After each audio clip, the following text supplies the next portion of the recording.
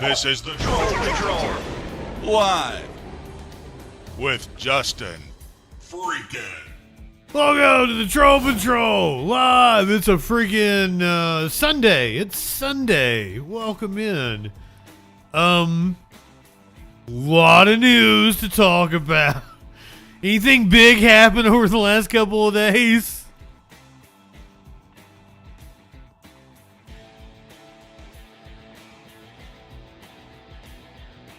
The craziest thing is I was live. Warlord even told me about it. Because I was on stream playing Final Fantasy 3 at like 2 in the morning. And Warlord came on and was like, hey, you guys are bombing Venezuela. Now, if I'd known, I wake up to seeing Maduro being captured. If I'd known he was going to be captured, I might have stayed on. But also, him being captured happened apparently like within an hour of me seeing that picture when I got up. So, or the news of it broke within an hour of me actually getting up. So, probably wouldn't have had any actual news break if I'd stayed on. Elemental, welcome in, my friend. Glad to have you here. Warlord, good evening. Meat Cakes, I saw you sneak in here earlier. Good evening, my friend. We have a lot to talk about. Holiday. Yeah, we used to be a real show, damn it. With some regularity. It's 2026. I haven't seen you guys since last year. Alright, I got the phone lines ready. Smokey is in my lap and he is clawing at my leg.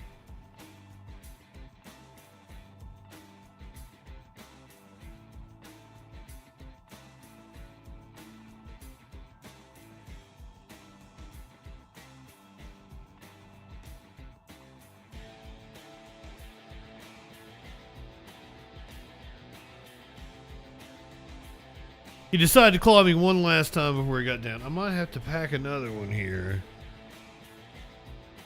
I forget what this shit is called. We just bought some new stuff. I don't remember what this is. Because I got one of the bags over here, but I don't have the bag for this one. I get curious through the bag. So I don't remember what it was called. Okay, so we were having the discussion about, I was smoking something called BAM. That's what I got over here as well. Was that the most sativa one? I can't even fucking remember. We asked what BAM stood for because nobody could find it the last time. Like Google searching for it. Turns out it stands for body and mind. Body and mind. I think that's what this shit is here. BAM! I thought it was the Emerald Lagasse brand. He put the extra BAM in it.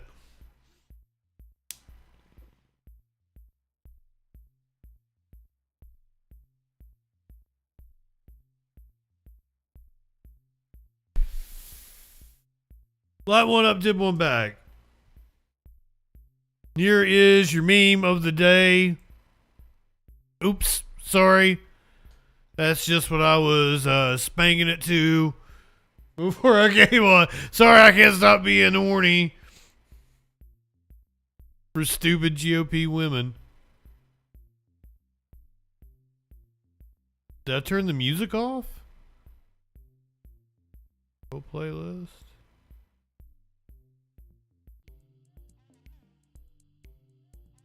Oh no, I guess you're just really low. I have a hard time hearing you. Okay.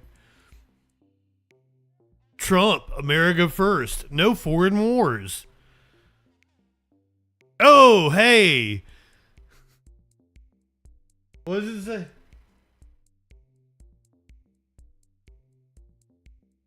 Oh, they got this all screwed up. America first. No foreign wars. I want to make sure I quoted the meme correctly. It's very small. Very small. My eyes. They're very bad. America first? No! Foreign wars! So you hit them together so you get a hybrid.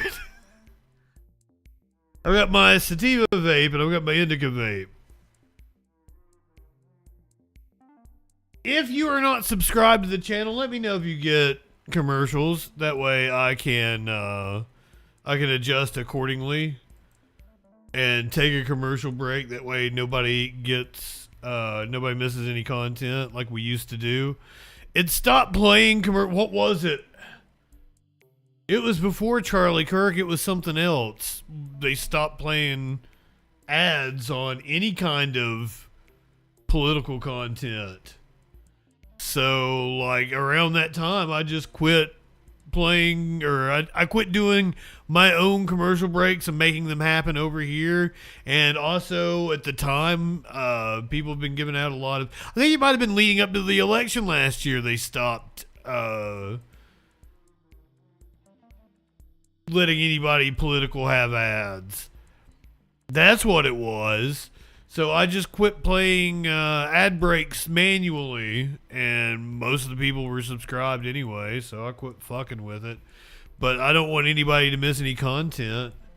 If I'll be doing a news story you're really interested in, some stupid ass ad pop up, I would hate that. It would ruin the experience for me, and I wouldn't want to be in that stream, so I don't want to have that happen. I want to play shit in a way that is the least intrusive as it could possibly be.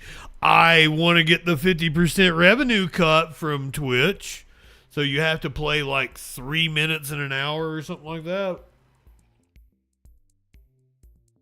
But I play the smallest amount I can in order to get the 50% revenue cut.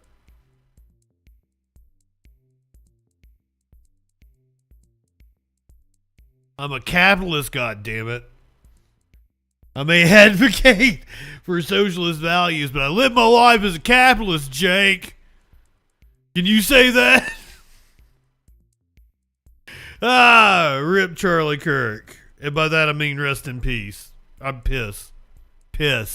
Beat piss. Sorry, I'm not high enough for this shit. Let's go to the plane landing in New York City to bring Nicolas Maduro apparently to stand trial for God knows what.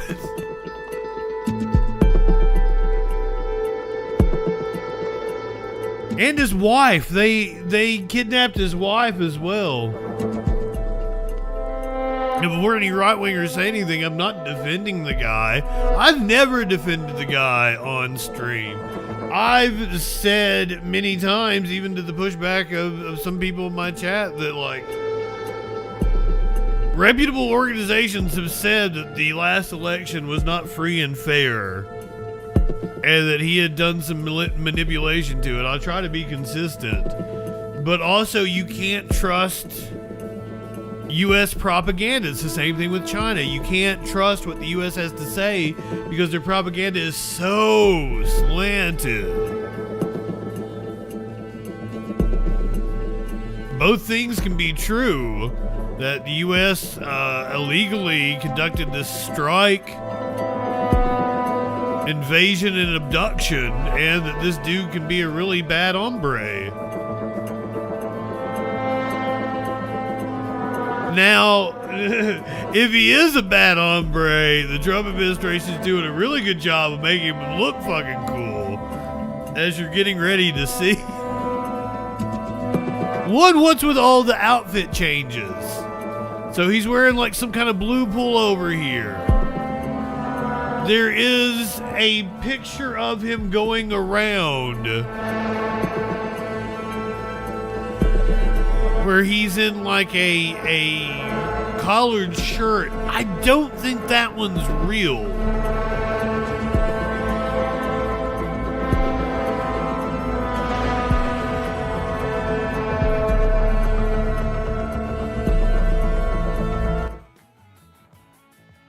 Are you meaning the Nike sweatsuit that This was the very first picture we got of him. And as you can see, it's a different outfit than he was wearing when he was... Now, they might have let him shower and change clothes and shit. I don't know where they took him. I don't know how, like...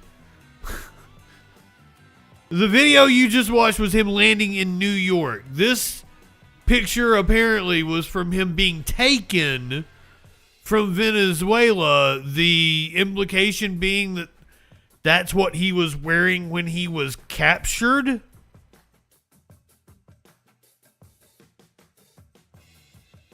Yes, this was the Iwo Jima.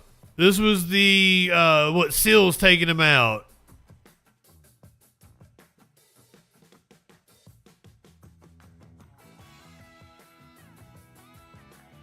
But then they did a whole photo op.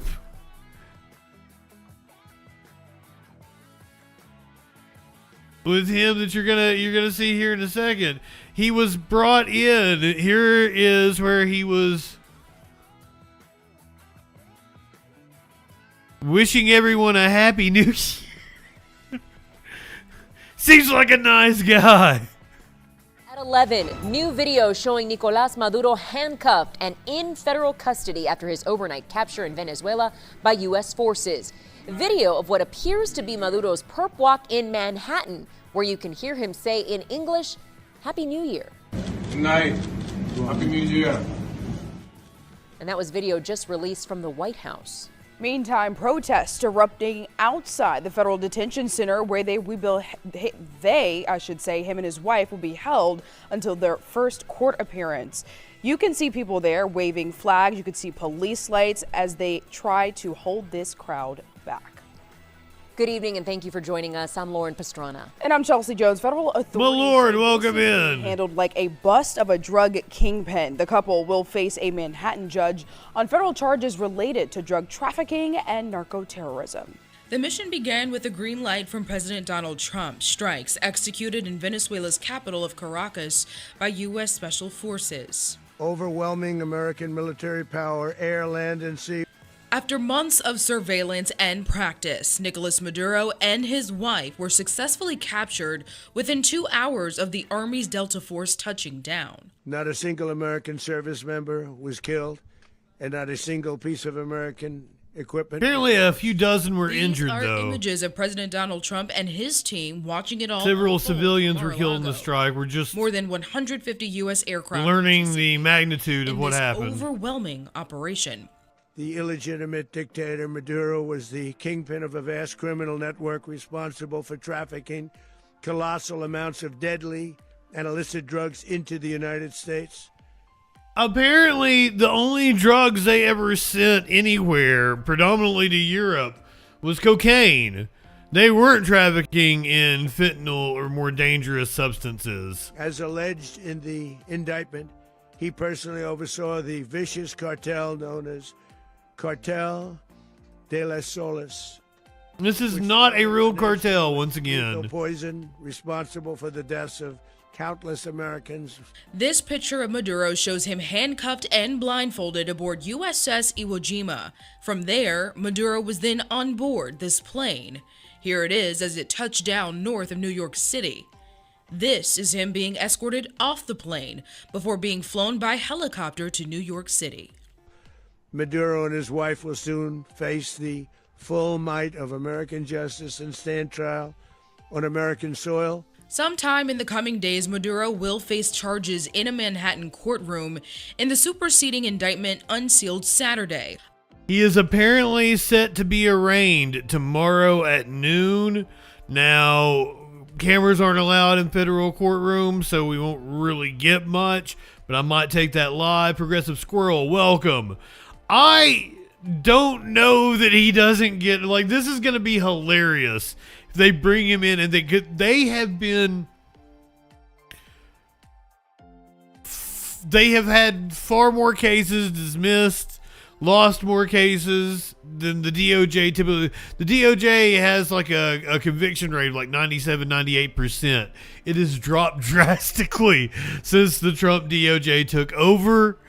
So this could very well be a boondoggle, the likes of which have never been seen, and that would be hilarious.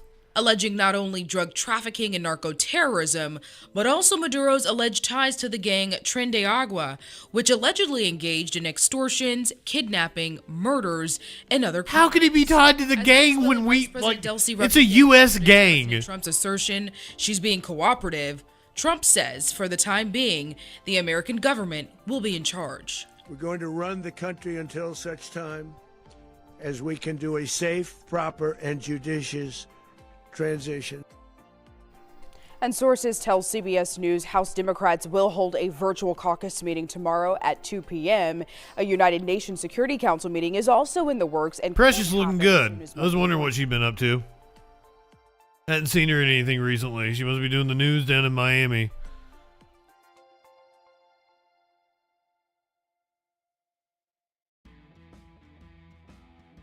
Cancel Justin. Cancel Justin. Let's hear from a Venezuelan about the first-hand impacts of the strike. This is from Caracas. This area was the most damaged because the explosion happened right here in front of the house. It fell. I don't know what fell, but you could see the blast strongly, and it shattered all windows.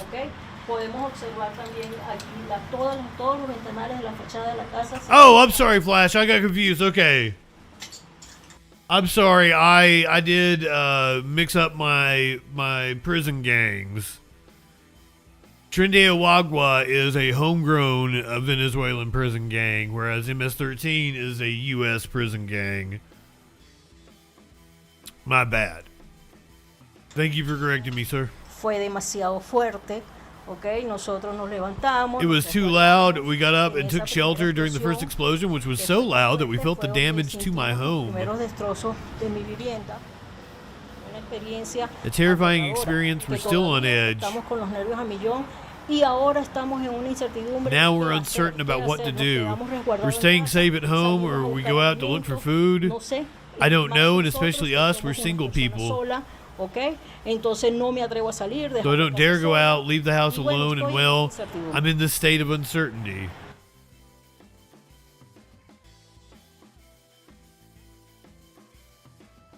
We're all kind of in a state of uncertainty. Did I do the thumbs up? I'm sorry if I did.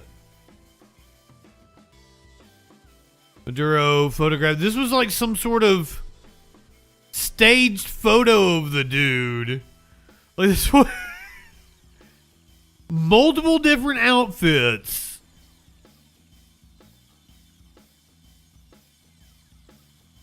This is different than the one you saw on the Iwo Jima. This is different than the one that you saw when they were walking him off the plane. When he landed in New York, this was apparently escorting him to his holding cell on Saturday. I don't know what area this was in. You know, honestly, he stands a chance.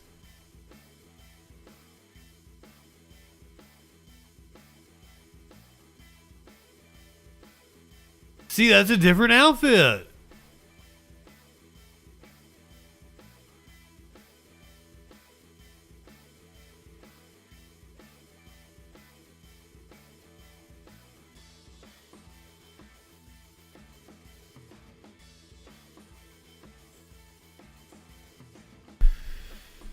Couldn't remember what law enforcement posed with him. The DEA. The DEA is what posed with him.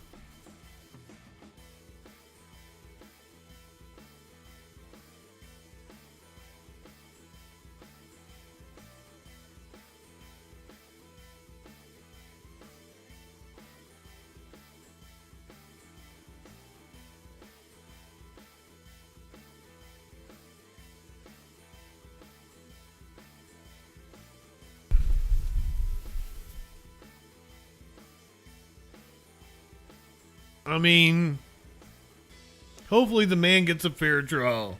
We see how things shake out. The Venezuelan government says they are behind Maduro. This has made Trump very angry. Warlord, what are you doing over on YouTube? Did you like the stream? Venezuela decries cowardly kidnapping as officials back Maduro. U.S. Secretary of State backtracks claims that the U.S. will run Venezuela as Trump threatens the country's acting president. You're going to hear from Marco Rubio, little Marco, here in just a couple of minutes. Venezuela's Defense Minister Vladimir Padrino Lopez has denounced the United States' move to abduct a leader Nicolas Maduro as a cowardly kidnapping, adding that some of the president's bodyguards were killed in cold blood, as well as military personnel and civilians on the Venezuelan side. In his televised statement on Sunday, Padrino Lopez also endorsed a Supreme Court ruling that appointed Vice President Delcy Rodriguez, who also serves as oil minister, as acting president for 90 days. U.S. President Donald Trump threatened that Rodriguez will pay a very big price if she doesn't cooperate with Washington. If she doesn't do what's right, she's going to pay a very big price, probably bigger than Maduro.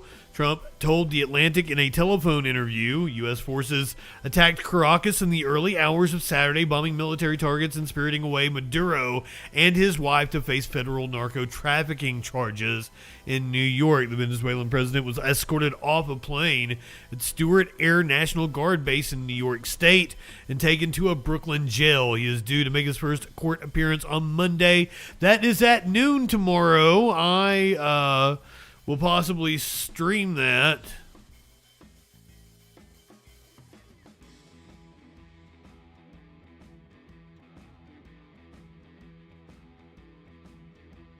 This is the Atlantic piece where Trump threatened the vice president, now the president, acting president of Venezuela, threatens Venezuela's new leader with a fate worse than Maduro's. The president told Atlantic that Delcy Rodriguez needs to comply with U.S. wishes or else. I believe I'm saying her name right. In a telephone interview this morning, President Donald Trump issued a not-so-veiled threat against the new Venezuelan leader, Delcy Rodriguez, saying that if she doesn't do what's right, she is going to pay a very big price, probably bigger than Maduro, referring to Nicolas Maduro, now residing in a New York City jail cell. Trump made clear that he would not stand for Rodriguez's defiant rejection of the armed U.S. intervention that resulted in Maduro's capture. During our call, Trump, who had just arrived at his golf club in West Palm Beach, by the way, that's where he oversaw the strike, gave a press conference from Mar-a-Lago, was evident in good spirits and reaffirmed to me that Venezuela may not be the last country subject to American intervention. We do need Greenland, absolutely, he said, describing the island, a part of Denmark, a NATO ally, as surrounded by Russian and Chinese ships. In discussing Venezuela's future, he signaled a clear shift away from his previous distaste for regime change and nation building, rejecting the concerns of many in his MAGA base. You know, rebuilding there and regime change, anything you want to call it, is better than what you have now. Can't get any worse. I mean, now that we have set the president, can another country come and abduct our president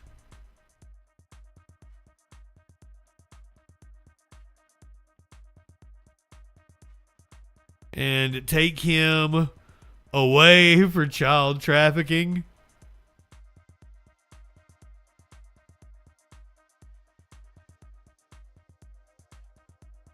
Trump apparently was asked about Nobel Prize winner and opposition leader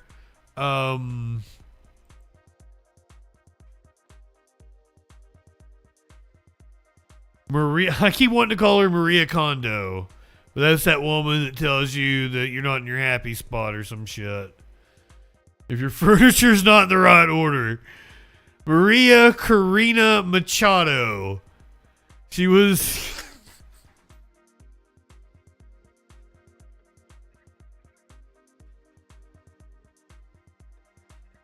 She tells you that your furniture's, placement is making you unhappy. Is apparently unfit to run Venezuela, according to Mr. Trump. Are you guys aware of the location of opposition leader Machado, and have you been in contact with her? No, we haven't. No, we haven't. Mr. President, do you have any hesitations about Machado? Mr. President, on Monday. Oh, I think it would be very tough for her to be the leader. She doesn't have the support within or the respect within the country. She's a very nice woman, but she doesn't have the respect to be the Mr. leader. President, is it possible? Are you guys aware of the location of opposition leader Machado? And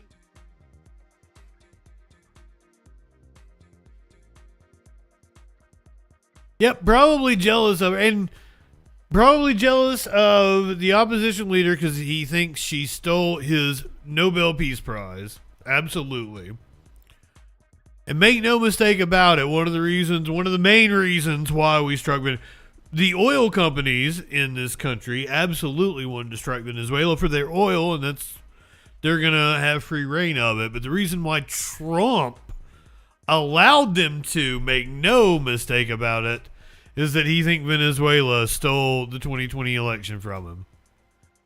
That's how they were able to get Trump to go along with the abduction of Nicolas Maduro. He thinks Maduro cost him the election in 2020. One of the most egregious facts we are now learning from Semaphore is that news organizations had the story. They knew we were going to conduct the strike on Venezuela before it happened, and they did not report on it. And I think that is insanity. Great reporting from Semaphore here. The New York Times and Washington Post learned of a secret U.S. raid on Venezuela soon before it was scheduled to begin Friday night, but held off on publishing what they knew to avoid endangering U.S. troops. Two people familiar with the communications between the administration and the news organization said. The decisions in the New York and Washington newsrooms to maintain official secrecy is in keeping with long-standing American journalistic traditions, even at a moment of unprecedented mutual hostility between the American president and legacy media that continues to dominate national security reporting, and it offers a rare glimpse at a thread of contact and even cooperation over some of the highest stakes American national security issues. President Donald Trump and top administration officials Saturday praised the stunning seizure of the Venezuelan president, which Trump approved at 10:46 p.m. on Friday, citing both the lack of American casualties and the total secrecy surrounding the attack. The coordination, the stealth, the precision, the very long arm of American justice, all on display in the middle of the night, Pentagon Chief Pete Hegseth said. Hegseth did not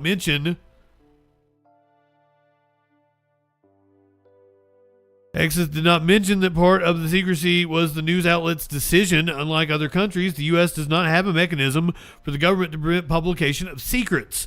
To hold off their reporting for several hours after the administration warned that reporting could have exposed American troops performing the operation. Spokespeople for the White House, the Pentagon, and the Washington Post declined to comment on the conversation between journalists and officials on Friday night. The Times spokesperson didn't immediately offer a response to the inquiry. Trump's open hostility to the news media has long shaped his public persona and flows through his second administration. Nowhere has that been on display more than the Pentagon, where last year new policies forced many news organizations to leave their press spaces in the building due to a policy change tightening restrictions on reporting inside the building. Leaks of national security information, purposeful and accidental, have ignited some of the biggest media firestorms of Trump's second term in office. But for all the strain in the relationship between the Trump administration and the news media, the decision by several major U.S. news outlets to hold the news reflected the time-honored deference that some major news outlets afford the White House regarding secretive U.S. military operations. The New York Times withheld some details in advance about the U.S. Bay of Pigs invasion, and for months delayed a story on National Security Administration's warrantless wiretapping during the Bush administration after the White House officials said the story's publication would endanger American lives.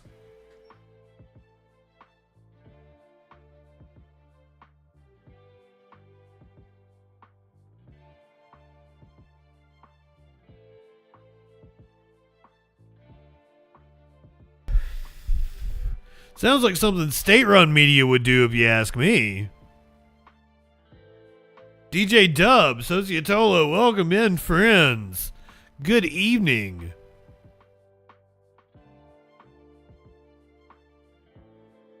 Good on Semaphore for breaking this story. Marco Rubio was on one of the mini hack morning shows this morning. I think it was... No, it was ABC. It was, Good Day with George Stephanopoulos this week. This morning, President Trump was pretty clear yesterday. This morning, the United States is going to run Venezuela. Under what legal authority? Well, first of all, what's going to happen here is that we have... Under whose authority? That means their economy will not be able to move forward until the conditions that are in the national interest of the United States and the interest of the Venezuelan people are met. And that's what we intend to do. So that leverage remains, that leverage is ongoing, and we expect that it's going to lead to results here. We're hopeful that it does, positive results for the people of Venezuela, but ultimately, most importantly for us, in the national interest of the United States. We will no longer have, hopefully, as we move forward here, we'll set the conditions so that we no longer have in our hemisphere a Venezuela that's the crossroads for many of our adversaries around the world, including Iran and Hezbollah, is no longer sending us drug gangs, is no longer sending us drug boats, is no longer a narco-trafficking paradise for all those drugs coming out of Colombia to going through the Caribbean and towards the United States. Even if this doesn't lead to war, it is gonna destabilize the country. We're gonna be lucky if they keep it together and it doesn't devolve into a civil war and we end up with refugees 10, 15 years from now. And then I have to explain to right-wingers once again, we have these refugees coming from these countries that we keep going in and taking out their leaders that we have no business doing. We've done it over and over and over again. And obviously, we want a better future for the people of Venezuela. We want them to have an oil industry where the wealth goes to the people, not to a handful of corrupt individuals and stolen by, pirates all over the world. That's what we're working towards, and we intend to use the leverage we have to help achieve that. Let me ask the question again. What is the legal authority for the United States to be running Venezuela? It doesn't seem like Venezuela is shit. I explained to you what our goals are and how we're going to... If we were able to go in and snatch up their president that easily. Very simple. We have court orders. These are sanctioned boats, and we get orders from courts to go after and seize these sanctions. So they ain't got much of a military. So is the United States running Venezuela? Their security apparatus, I must say. Well, I've explained once again, I'll do it one more time. What we are running is the direction that this is going to moving forward. And that is, we have leverage. This leverage we are using and we intend to use. We started using already. You can see Orb, welcome in. Storage capacity. In a few weeks, they're going to have to start pumping oil unless they make changes. And that leverage that we have with the armada of boats that are currently positioned allow us to seize any sanctioned boats coming into or out of Venezuela, loaded with oil or on its way in to pick up oil, and we can pick and choose which ones we go after. We have court orders for each one. That will continue to be in place until the people who have control over the levers of power in that country make changes that are not just in the interest of the people of Venezuela, but are in the interest of the United States and the things that we care about. That's what we intend to do. Was asked yesterday, the legal authority is the court orders that we have. When the president was asked yesterday who will be running Venezuela, he said it was you, he said it was the defense secretary, he said it was the chairman of the Joint Chiefs of Staff. Are you running Venezuela right now? George, I've explained again that the leverage that we have here is the leverage of the quarantine. So that is a Department of War operation, conducting, in some cases, law enforcement functions with the Coast Guard on the seizure of these boats. I'm obviously very intricately involved in these policies. And by the way, very intricately involved in moving forward and what we hope to see some of these changes being addressed.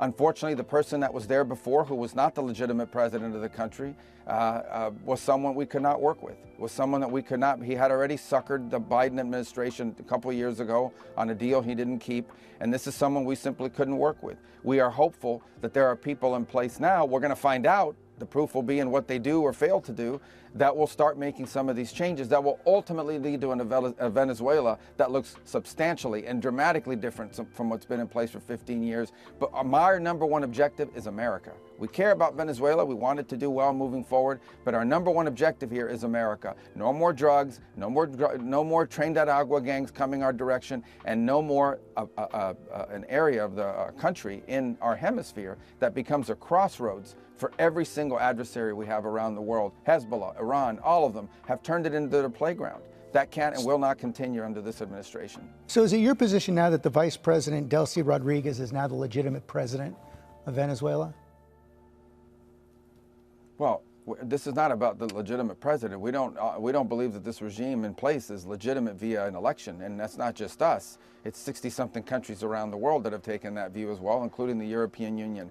But we understand that there are people in Venezuela today who are the ones that can actually make changes. So, for example, when we want to send in the migrant flights, even though we never recognized the Maduro regime as legitimate, we had to deal with the authorities that controlled the airport. We had to deal with the people who had guns and the people who had control of the airports. We had to deal with them to achieve these objectives. That's different from recognizing their legitimacy.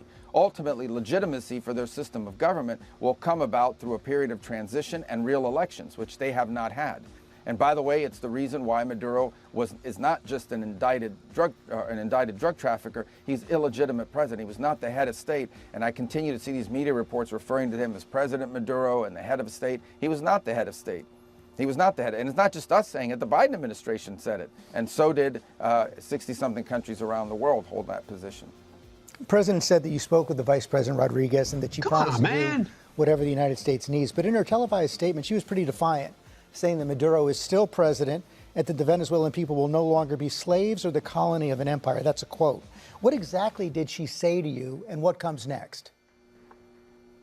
Well, we're not going to judge moving forward based simply on what's said in press conferences. We want to see action here at the end of the day. Rhetoric is one thing. You see rhetoric for a lot of different reasons. There's a lot of different reasons why people go on TV and say certain things in these countries, especially 15 hours or 12 hours after the person who used to be in charge of the regime is now in handcuffs and on his way to New York. So what I will say is, moving forward, it's very simple. We're not going to be reactive here to statements at press conferences or what people say in a certain interview or what some media post somewhere. What we are going to react to is very simple. What do you do? Not what you're saying publicly. What happens? What happens next? Do the drugs stop coming? Are the changes made? Is Iran expelled? Is Hezbollah no longer able and Iran no longer able to operate against our interests from Venezuela? Does the migration pattern stop? The drug trafficking boats end? Do you deal with the ELN and the FARC, two narco-terrorist organizations who control territory and operate with impunity from the territory of Venezuela against the interests of Colombia and the United States? These are the things we want addressed. If they are addressed, that's how we'll judge it. If they're not addressed, that's how we'll judge it. And what happens if they're not addressed?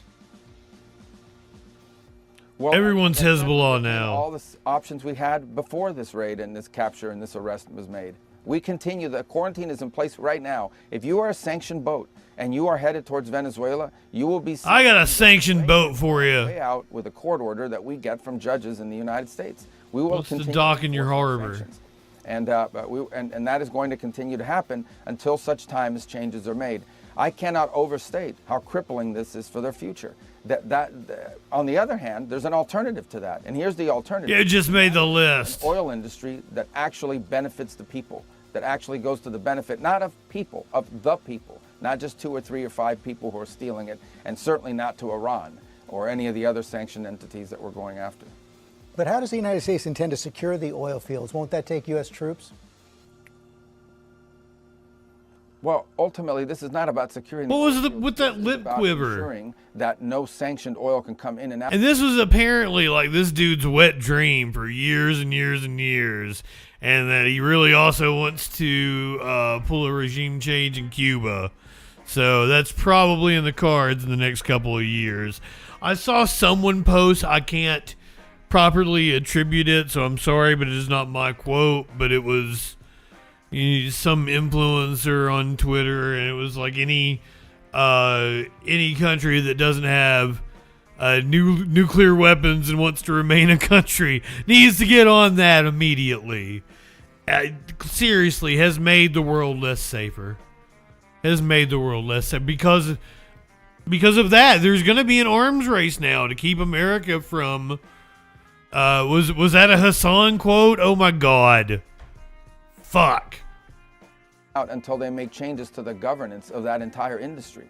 Because right now that industry is non-existent in the traditional way. These oil fields basically are pirate operations. People literally steal the oil from the ground. That's how they hold this regime together. A handful of cronies benefit from this oil, specific oil wells. They're producing at like 18% capacity because the equipment is all decrepit, and they basically pocket the money to their benefit. They sell the oil at a discount in global markets, 40 cents on the dollar, 50 cents on the dollar, but all that money goes to them. Those oil fields have not benefited the people of Venezuela in over a decade, but they have made multi-millionaires, billionaires, out of just a handful of people, and that's what's held this regime together. Iron Maiden's 2 Minutes to Midnight popped up on me as I was getting prepared for the show. And I listened to it the other day, and I was like, is this a song about abortion?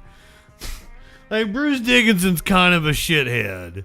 Love Iron Maiden, huge Iron Maiden fan. But like, he's like really anti-drug and anti-weed and shit. I was like, is he a conservative? Is this a song about abortion? I looked it up. It is not.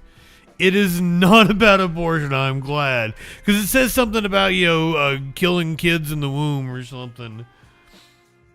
It's actually about nuclear war. So I was happy to find that out. I took it off the playlist because like, this is some anti-abortion anthem. That's what needs to be addressed. The way to address it to the benefit of the Venezuelan people is to get private companies that are not from Iran or somewhere else to go in, invest in the equipment that has. What in the fuck just happened? That have been made from the oil has been reinvested. It's all been stolen, and that's going to take outside companies that know how to do that. It's like it snapped a picture of me or something. With dramatic changes at the way the oh, my camera's froze. What the fuck?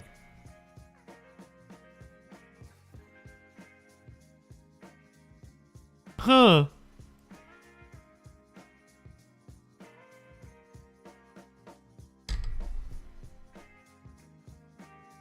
FBI, are you listening in?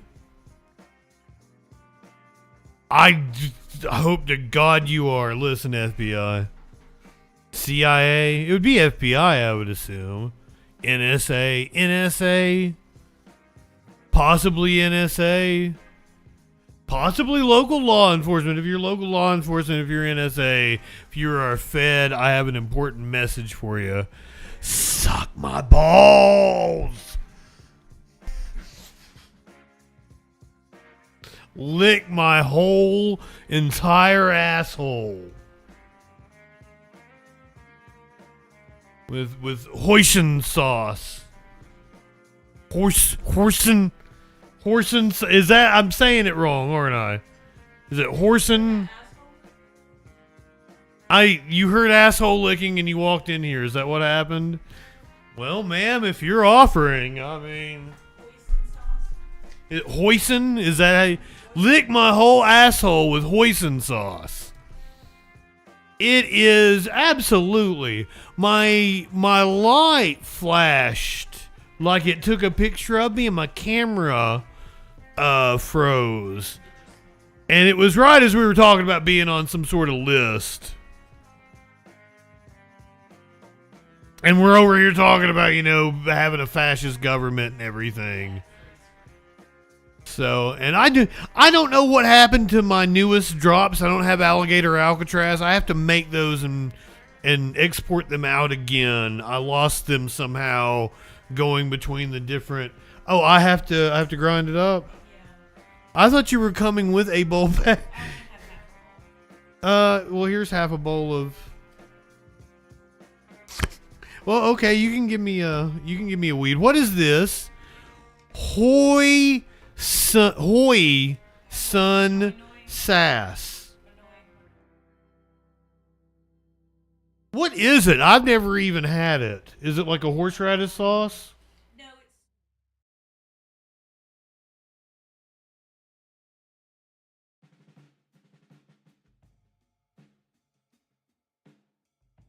Oh, okay. That does sound good. Okay.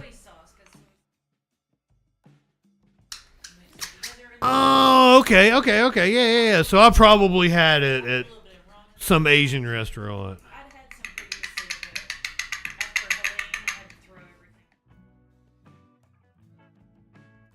You want to smoke out of your bowl or you want to smoke out of my bong? Light one up, tip one back, ladies and gentlemen. Oyster sauce. What is oyster sauce? That's like a soy sauce, isn't it?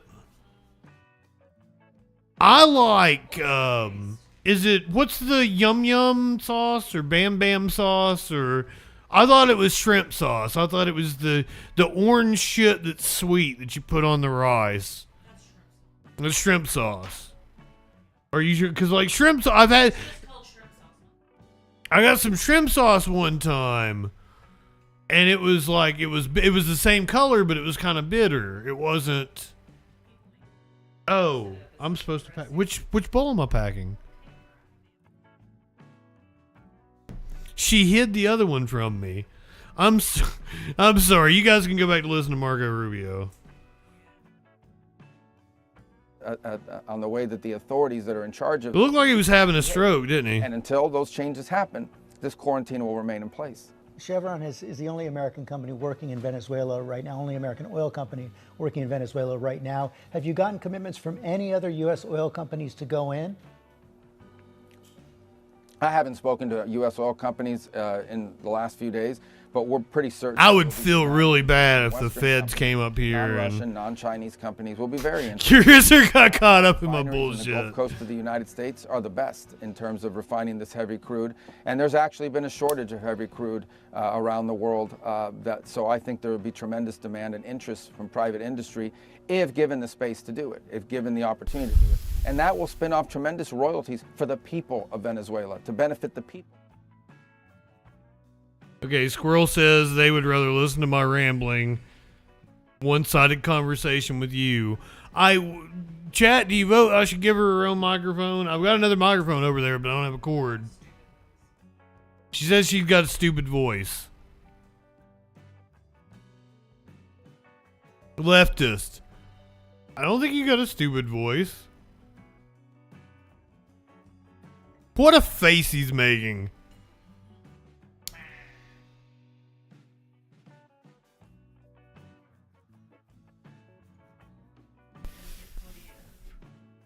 What's that song? Is it Pinocchio sings? I got no strings on me. But. Yes, that's the one. I got no strings to hold me down.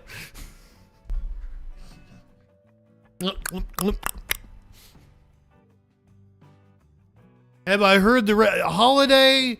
I feel like I have heard your voice because I've seen you on camera a couple different times. But I do not recall what you sound like, no.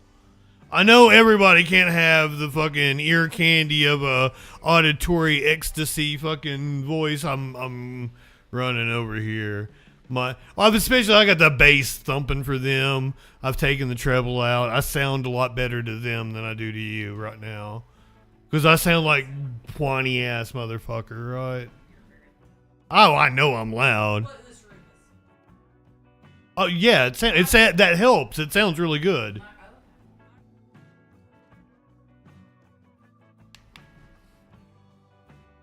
Cavernous.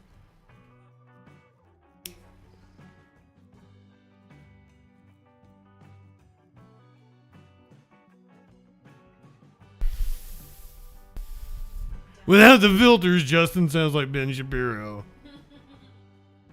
No, actually, like, it is wild because I have radio voice. People point it out because I talk like this in normal parlance. The funniest thing is I'll go into a gas station and it'll be completely quiet. and some cashier is like half paying attention to what's going on, and I'll walk up and be like, "Good afternoon," and they freak the fuck out. It's hilarious. I don't mean to do it because I'm just, do.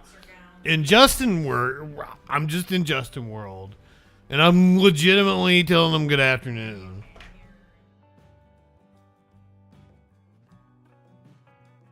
Yeah, completely tunnel vision. I'm gonna pack another one. Are you leaving? You were gonna run off? I'm just rambling. I started rambling because you came in. Flo, welcome.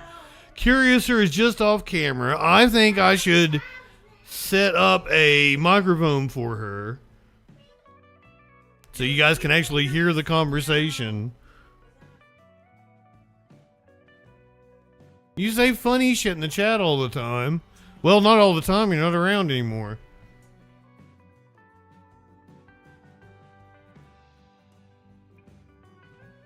Everybody gives a shit. They want to know what Curiouser is saying. I got a Maynard rubbing up against my leg. He's over here to say hi to Curiouser.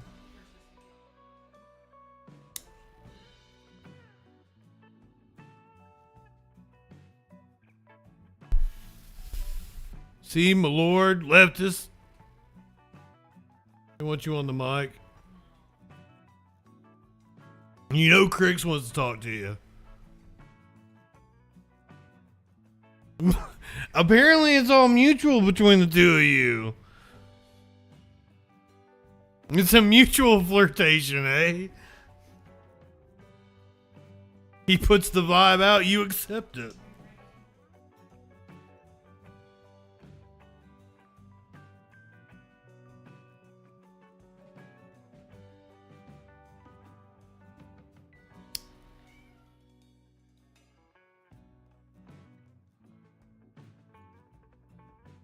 He wants to come in there and hang out with you. Maynard's yelling at her. They want her to come and pet him. Cause she almost always like loves all over him and shit. But she's not gonna want to walk over there because she'll be on camera. She's trying to get them to get off the bed and go over to her.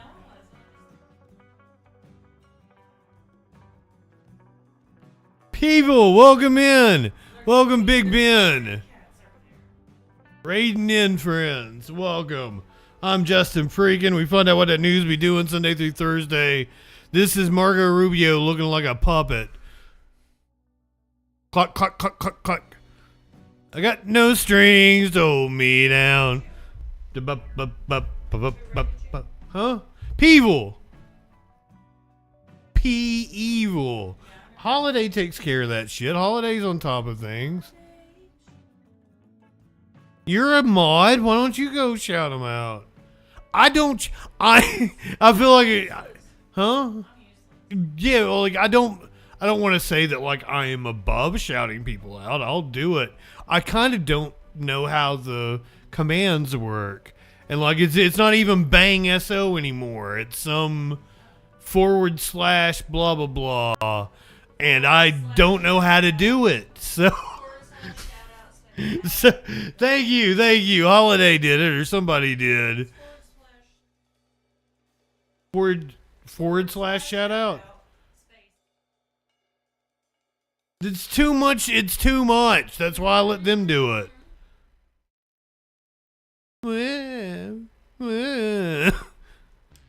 I am literally a audio video technician. for work. Oh, she gotta take the ball. Yeah, go ahead, hit it again. Yeah, and probably if you hold the flame to it, there's the dabs in it from earlier. Probably sneaked in. Or it's probably still down there at the bottom of the bowl. We smoked the last of... No, I think it was bubblegum runts that we smoked earlier. We smoked the last of Candyland for Christmas or something. No, New Year's, because we just got that shit not that long ago. I don't know. We didn't get it before. I can't remember. Everything runs together. Too much shit happened. We went to the weed store 3 times in the 2 weeks around Christmas. I think we might have a problem. We like to smoke it. Oh yeah, we've had company, and there's we really went hard on the bong and the edibles and shit.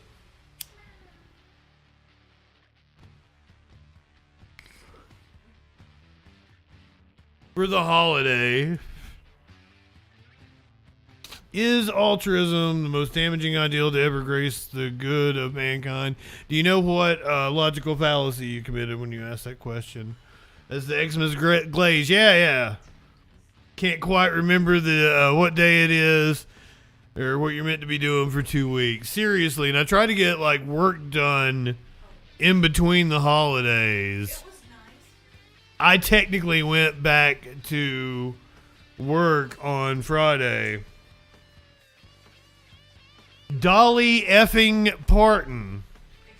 Interesting. Well, that's the name of our newest friend here in the chat. Thank you for being a freaking follower. Dolly effing Parton. Curiouser is a huge Dolly fan over here. Getting ready to get defensive like I will beat somebody. And she was just at Dollywood hours ago. I was supposed to go with her, and I did not. Well, you didn't ride any rides, so I'm glad I didn't go.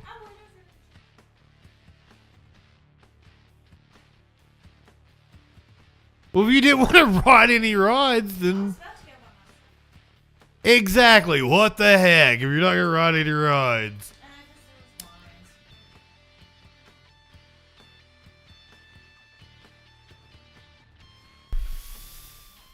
She said there's lines. I'm like, well, that's an amusement park. That's...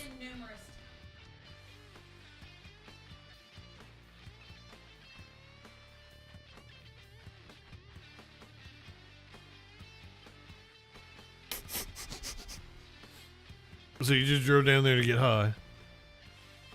Get cinnamon bread and get high.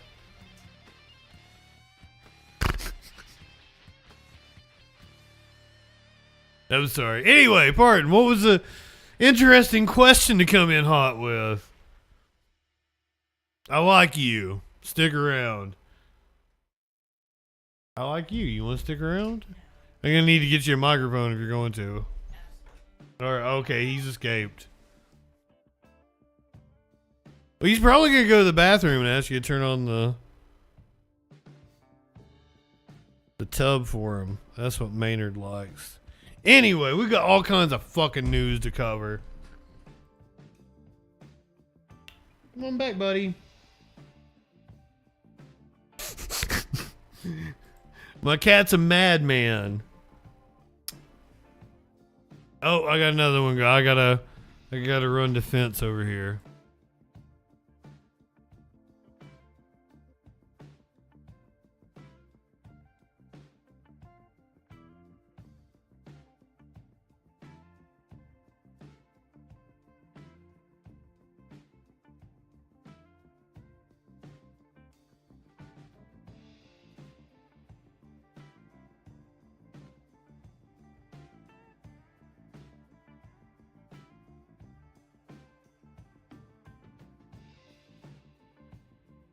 Well, we're all pretty cynical around here, and we kind of rip on everybody, but we do a lot of politics.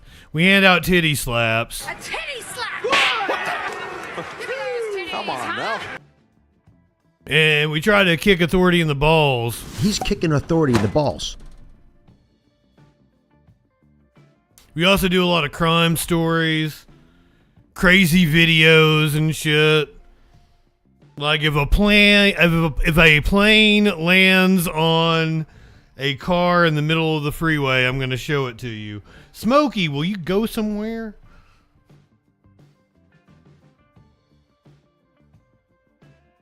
But we do a lot of politics around here. I'm kind of politics focused.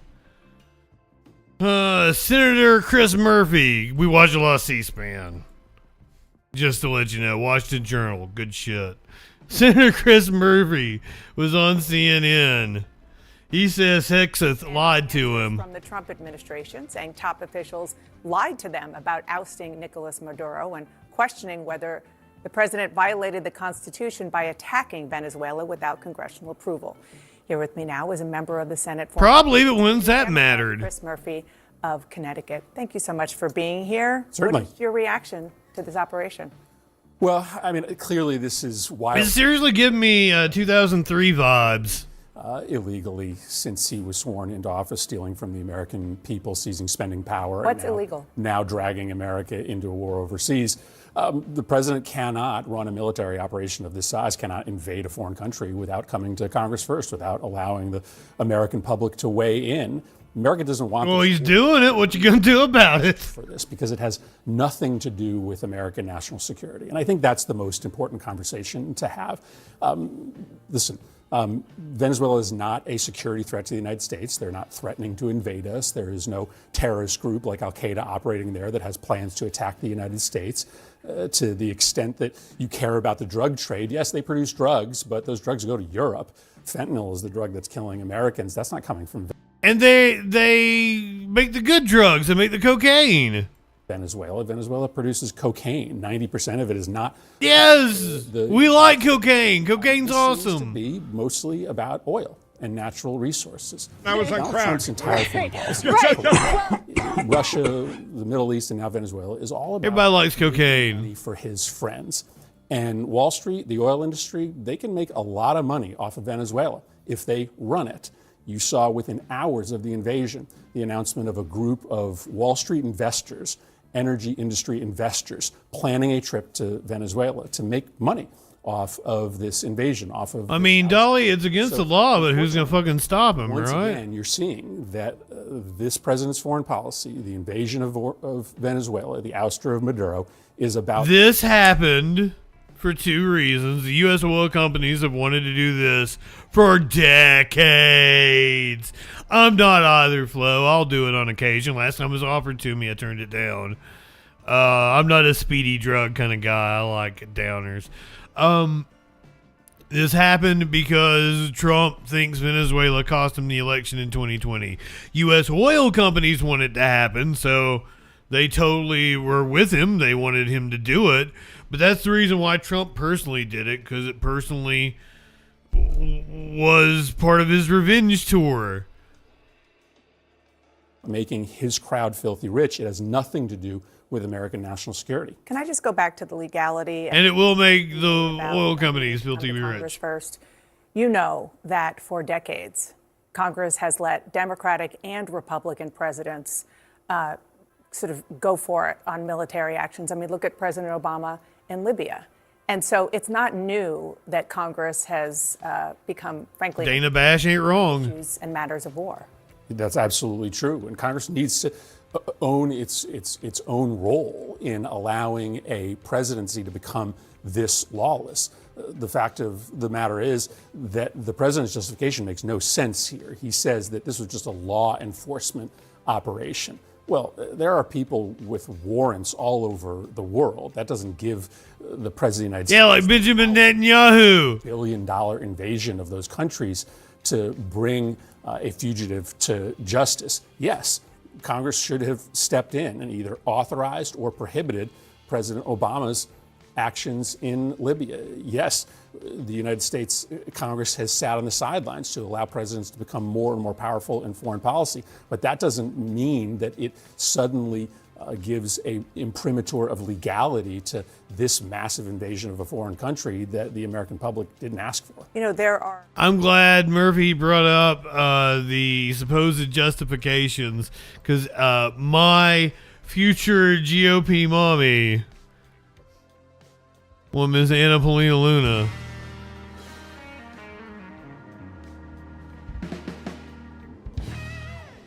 was on with MS Now. I could only find this stupid vertical clip. I didn't feel like watching the whole. Because I didn't feel like watching the whole thing. Her tits aren't out. God, I'm horrible. Cancel Justin. She was asked if she read the indictment. But ultimately, again, I think President Trump is doing will stabilize the United States for generations to come, and it will ultimately be responsible for many Americans not dying from fentanyl overdoses, etc. It has been interesting to note, though, that you're seeing the president and many countries that have been run by cartels, for example. I was president of the Young Republicans in high school. I'm very much a leftist now. Mexico react in a negative light as opposed to countries like Argentina, for example. Okay, so two things. Did you read the indictment that was unsealed by Pam Bondi? I read some of it, and I know I think it's one of the first pages that cocaine is referenced. Okay. Fentanyl is not mentioned in that, and neither is this alleged hit that you're talking about Nicolas Maduro putting out on Senator Marco Rubio. Why would the Trump administration not indict him on what you're making to be a huge claim by an adversary of the United States against a sitting U.S. senator? Why do you think they didn't? It's definitely an important piece of information, and I will make sure that I follow up with Todd Blanche and suggest that they try to charge him for that as well. That's not what you're saying. You're justifying the action of the administration. You're justifying the actions of the administration by citing fentanyl and citing an alleged hit on Senator Marco Rubio. Both of those. Fentanyl and cocaine and drugs have been definitely trafficked out of Venezuela. Don't put those two. That's apples and oranges. We like cocaine. We dislike fentanyl. Even fentanyl has its place in our society as like a high-powered drug in a hospital setting, in a clinical setting, ma'am. Like, come on. Not mentioned at all in the indictment against Nicolas Maduro. I'm actually telling you confirmed information. I'm telling you confirmed information. It's not mentioned. It's not mentioned in the indictment. I would reach out to the secretary's office and see if Nicolas Maduro put out a hit on him, and I just said that I would follow up with the DOJ. I'm just telling you it's not mentioned in the indictment, and I'm asking you to explain why it's not mentioned in the indictment. Department of Justice. I don't know. Well, you're the one that's. It would kind of be cool if he put a hit out on him. Do you think maybe it's not a real thing that the? Do you think it's maybe not a real thing that they have any evidence? I live for chaos. No, I don't think that it's not a real thing. I think it definitely happened, and I definitely confirmed it with two separate people before I came onto your show because I wanted to share that with you. And I would suggest free market drugs. The secretary's office, because I do think that that's something that the American people should know. We want drugs.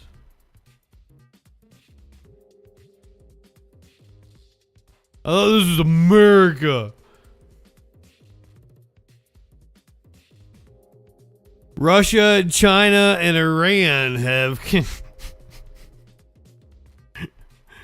There's a nightmare blunt rotation.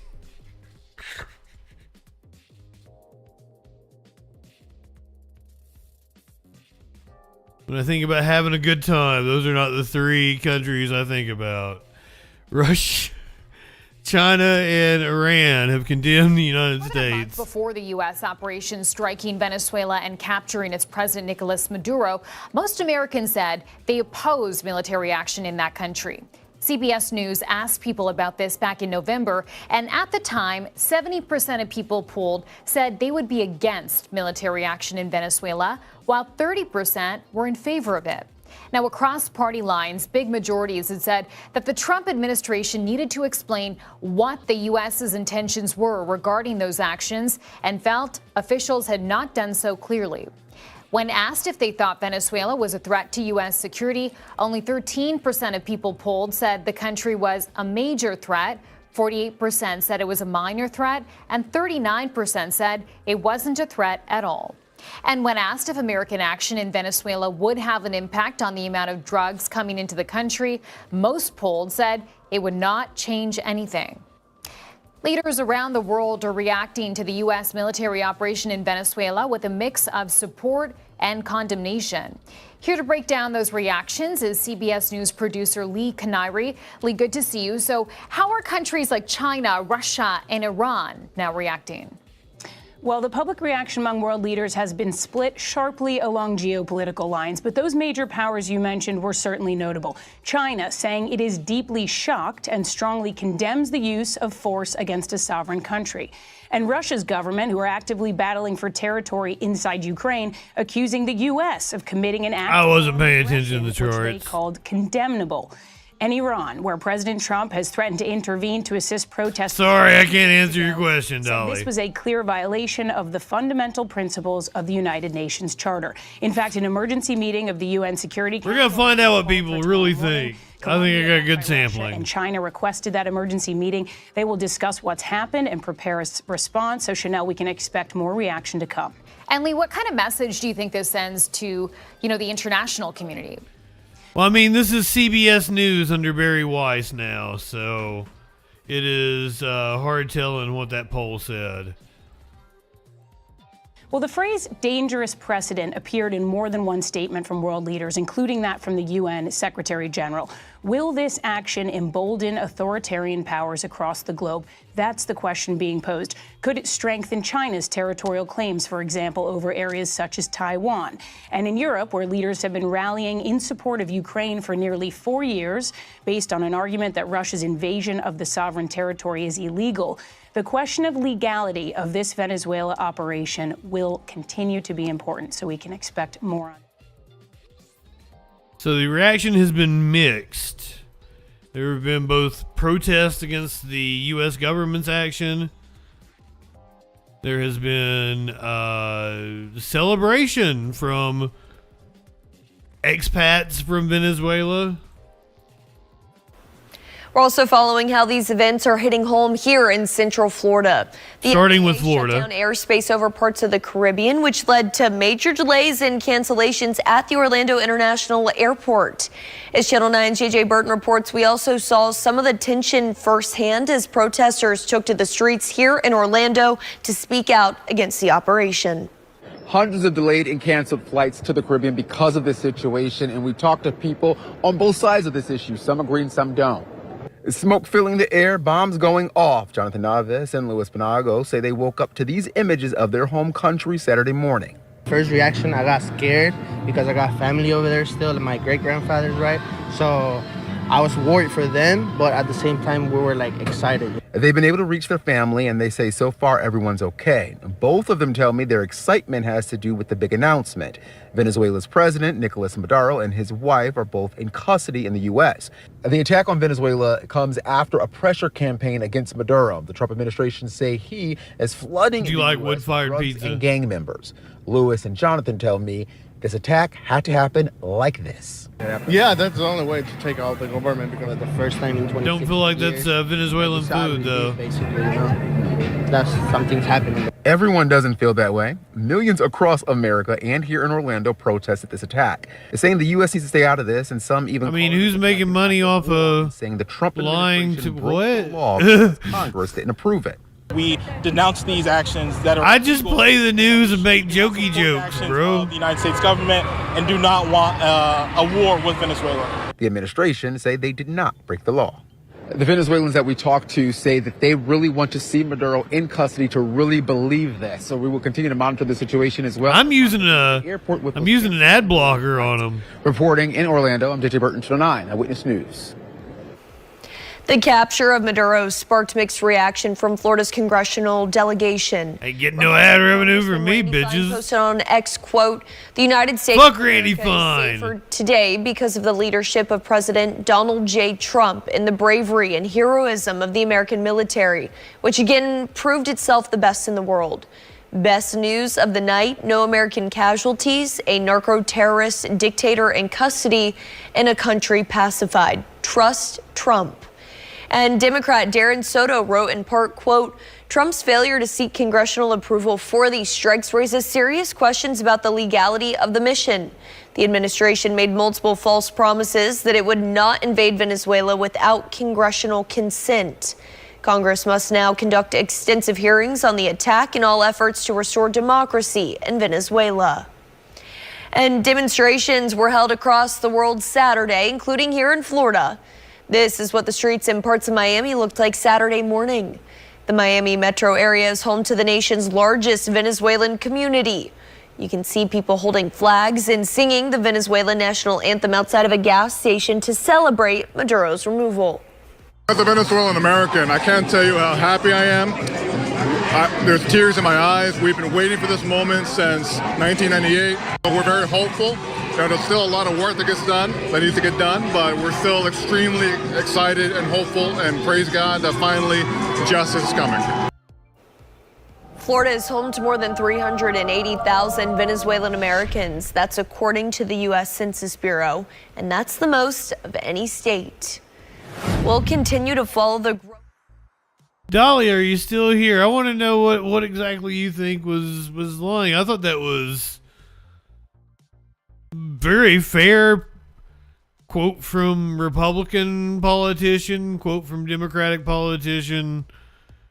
Got some protester quotes, got some people from Venezuela that were supportive. I think all in all, local news does a pretty decent job. They definitely have some huge blind spots, I know, because I worked in local news for a very long time. Let's go over to Denver. Let's see how people in Denver... Are you still hung up on that poll?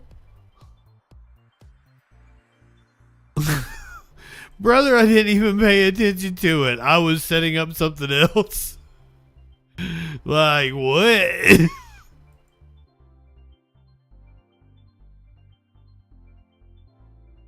And now I gotta find out what the fuck this poll. It's like they spat in your face and called you to what? Hold on. That was the Russia, China, Iran. Because that was the story. That's the reason why I grabbed it. That was the headline. Once again, CBS News under Barry Weiss. We have to be mindful of the what the sources are and what their biases are. It's perfectly fine to watch news sources as long as you put them in the context of how they exist in the world. Especially like I try to do direct quotes. You hear from people when I play you a CNN piece. It's usually because CNN has somebody on that, you know, has direct knowledge of whatever we're doing. I gotta see what this poll was. Okay, this was a YouGov poll, which those are fucking horrible anyway. CBS YouGov poll, you should take those with a grain of salt. Those are pieces of shit polls. Those are not like Rasmussen. Those aren't like, you know, Ipsos. There are much better polling organizations. I think YouGov is all online. So, would favor taking military action. This was in November of 2025. Would oppose taking military action.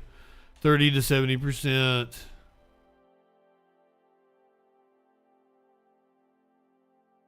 We're bringing down military action in Venezuela. Does Trump need to explain his decision by party? Needs to explain. Democrats say 97%. 3% say don't. I don't once again. What? What is?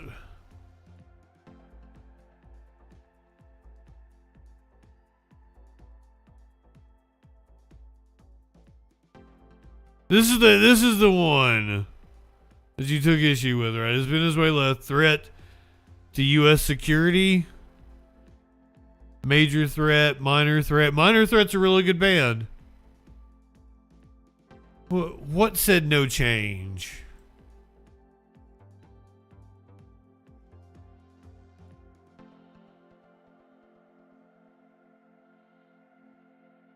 Okay, this is the one you take issue with.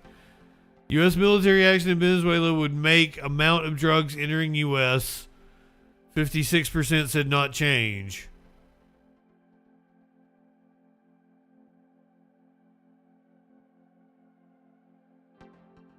No. Oh, well, you can't see because of my camera. 37% said decrease, 7% said increase.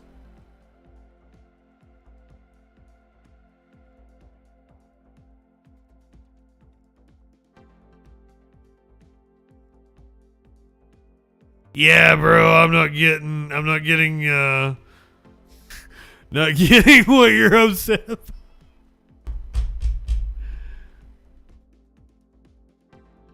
Jim Russell, welcome in, Russell Raid. Fuck yeah. Hello, Raiders. Welcome.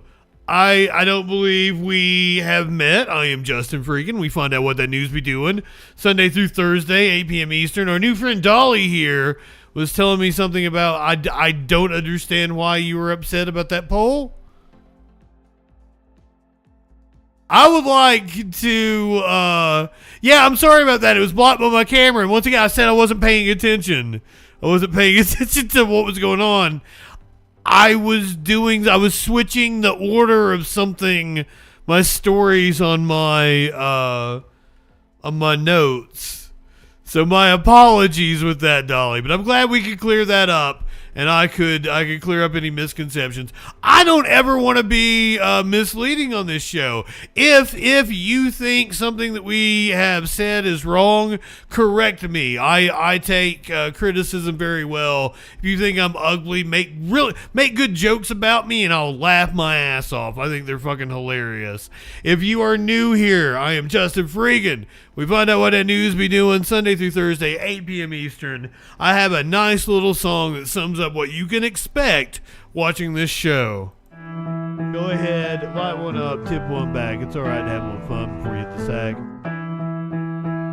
I'm Justin Freakin. All we're establishing is this guy's wicked sick aesthetic.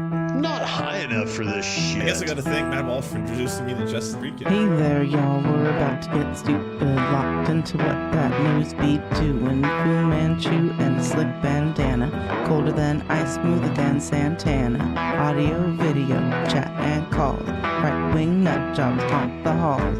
What you wanna watch? Hey, what you think? And there's only one choice. It's Justin Freakin. The guy's, he's a formidable voice in the call. Light one up and tip one back. It's a right to be high. Let's grab a snack. It's fucking news, quit panic, attack, and play your cards right and get a titty slap.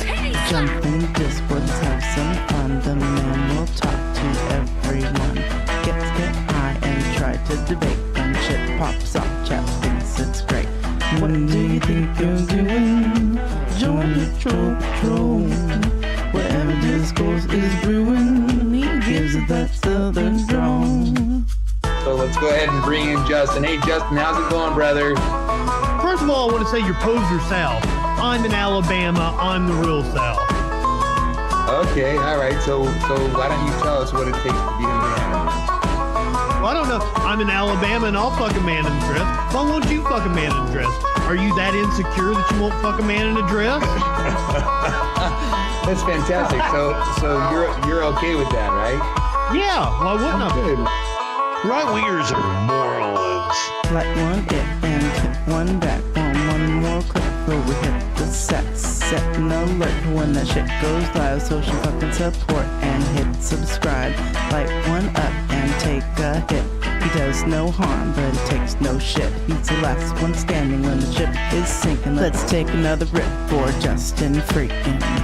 Light one up, tip one back. I'm Justin Freakin. Not high enough for this shit.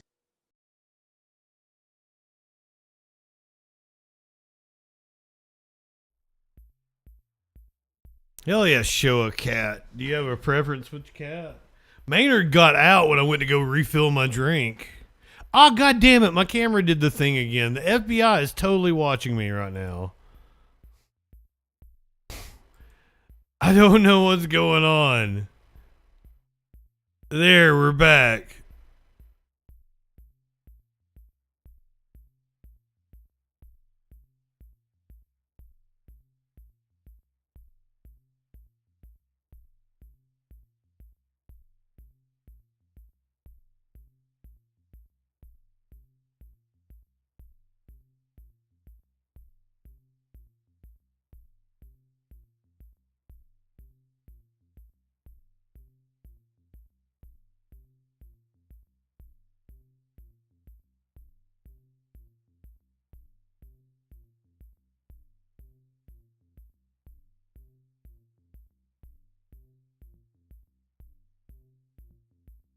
Oh, yeah. See, I didn't even look at the content of his question. Oh, somebody asked for socks.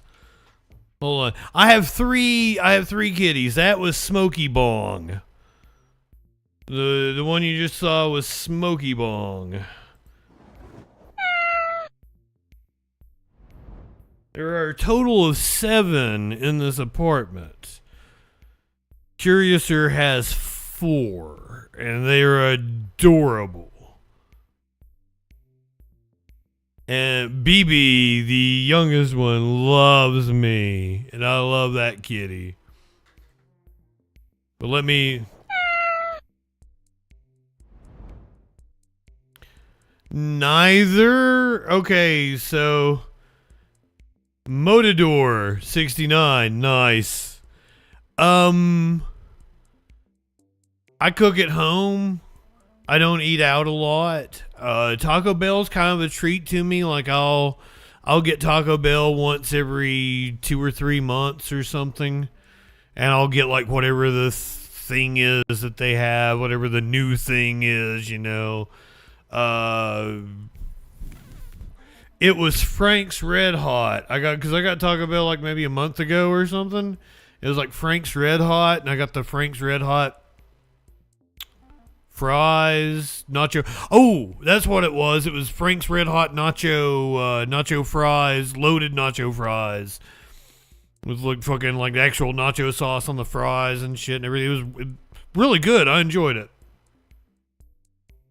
As for McDonald's, like... I guess if I had my, like, if you'd asked me 9 times out of 10, I'm probably going to pick a Taco Bell.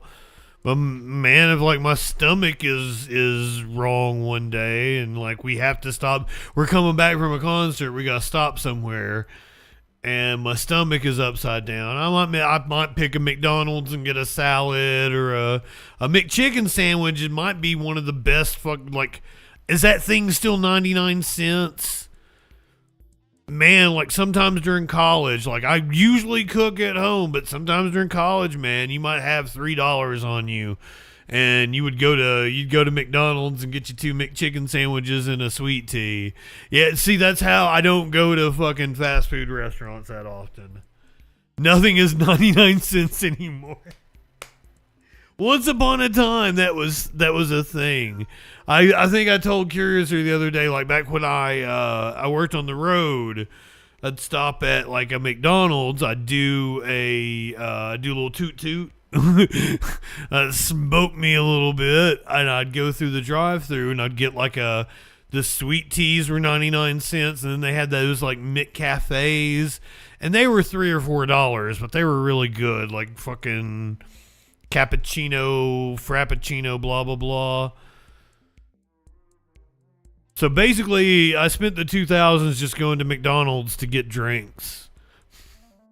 I really enjoyed it. It was a good deal. Here's a Smokey. He wants to get back up here, but I'm supposed to go get socks. Let me go get socks. Let me make sure I'm wearing pajama pants and the string came out of them. So make sure that they didn't fall down and show my ass. But if I do show my ass, FBI, that's for you. Lick my entire asshole with hoisin sauce.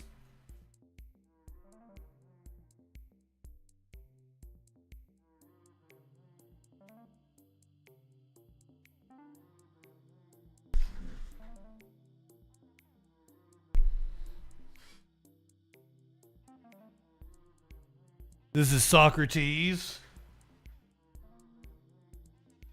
And the other one is Maynard James Kitten.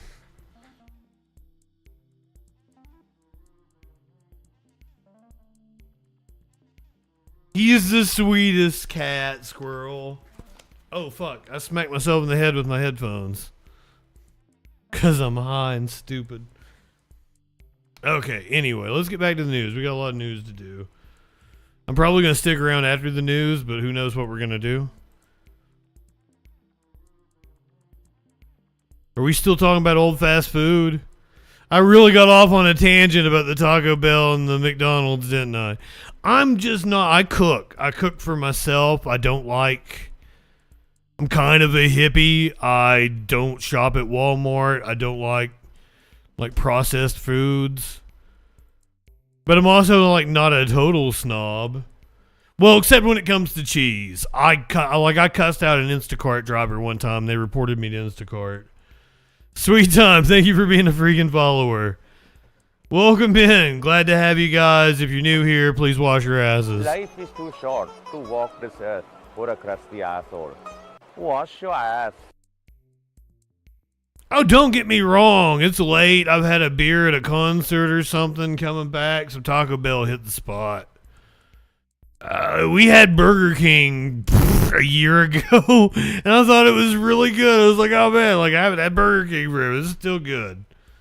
Had some chicken fries and shit. Apparently everybody else hates Review Bra hates some Burger King. I don't give a shit about this stuff anymore. All right. This is interesting. Trump wants to take over Greenland. He's yammering about it. Which country does he hit? We need Greenland for national security, not for minerals. We have so many sites for minerals and oil and everything. We have more oil than any other country in the world. We need Greenland for national security. And if you take a look at Greenland, you look up and down the coast, you have Russian and Chinese ships all over the place. We need Greenland for national security.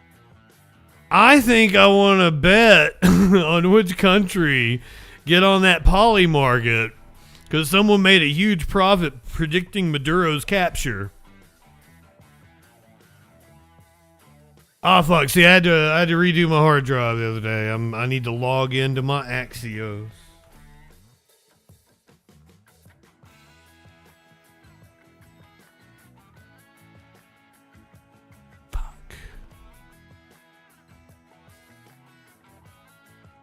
Stupid Axios.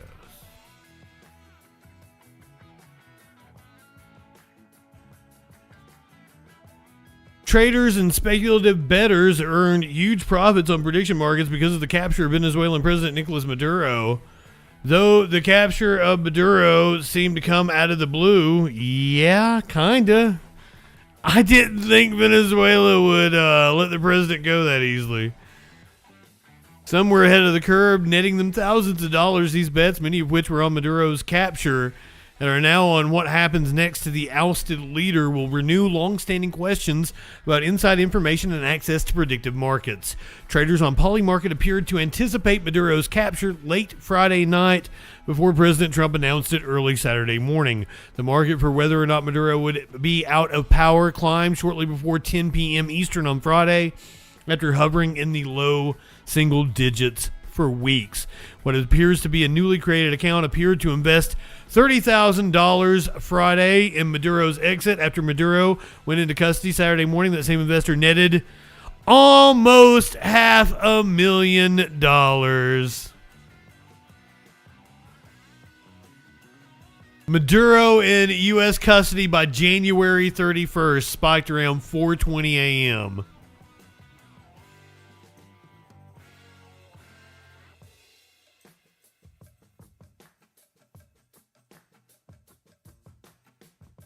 Well, let's bet on him invading Greenland or Mexico.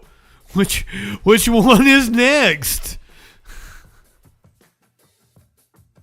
He has threatened everybody. He's threatening the acting president of Venezuela. He's threatening Greenland. He's threatening Mexico. It wasn't meant to be, and we're very friendly with her. She's a good woman, but the cartels are running Mexico. She's not running Mexico. He's talking about socialist president Claudia Sheinbaum. The cartels are running Mexico. And we could be politically correct and be nice and say, oh, yes, she is. No, she's very, she's very frightened of the cartels. They're running Mexico. And I've asked her numerous times, would you like us to take out the cartels? No, Mr. President. No, please. Those two smoke clouds look like titties to me. The real number is 300,000 people, in my opinion. They like to say 100,000. 100,000 is a lot of people, but the real number is 300,000 people. And we lost it to drugs, and they come in through the southern border, mostly the southern border. Plenty come in through Canada, too, by the way, in case you don't know. But they. Oh, maybe Canada's next. And something's going to happen. He threw me a curveball there. Well, it wasn't meant to be. It could be Canada. Canada's on the list.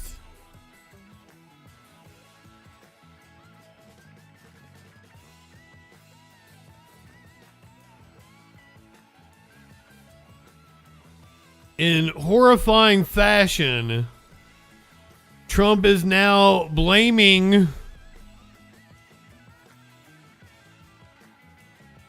Do we have local news report on it now? We didn't earlier. Children join lawmakers on both sides of the aisle in condemning a video President Melissa Hortman's children. She was one of the state representative. I think she was a state senator from Minnesota that was murdered by that nut job MAGA Vance Bolter. Tonight, former House Speaker Melissa Hortman's children joined House lawmakers Speaker on both sides of the aisle in condemning a video President Trump posted about her murder. This is what he reposted online, a video analyzing the murder of the prominent Minnesota lawmaker that suggests Governor Tim Walz had something to do with her assassination. The video ties her death to alleged fraud in state systems. Her children responded to the president's post. Colin Hortman said their parents were killed by someone who believed conspiracy theories, saying, quote, "Words matter. Sharing fake news is dangerous." Their daughter Sophie said the video is painful and promotes a false narrative which fuels the flames of political division. They both asked President Trump to remove the video. Governor Walz also responded, "My camera did it again." And depraved. It did the flash and shit. Is my camera starting? I haven't had this one all that long, maybe a year. Hold on.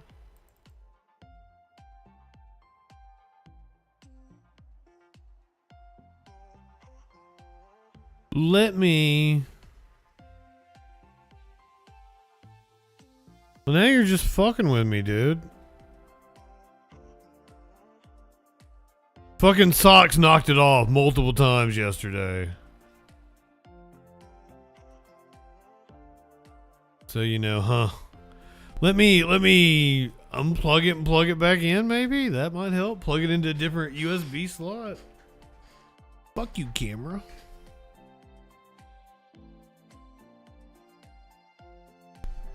Watch me unplug the wrong thing, just like make everything go completely black.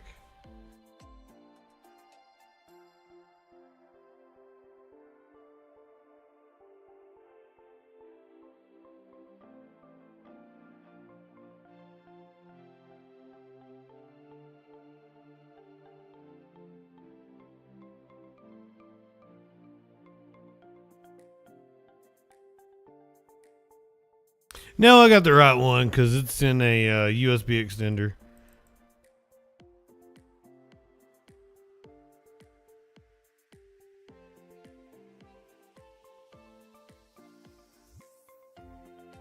Oh, maybe I killed it.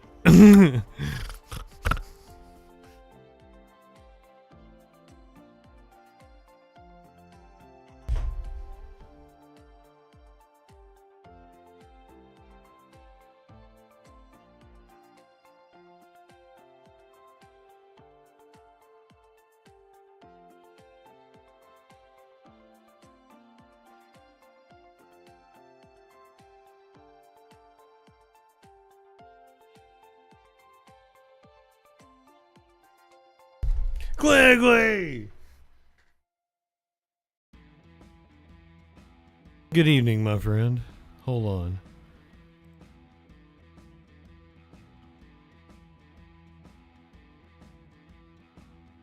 Yay! Will it last?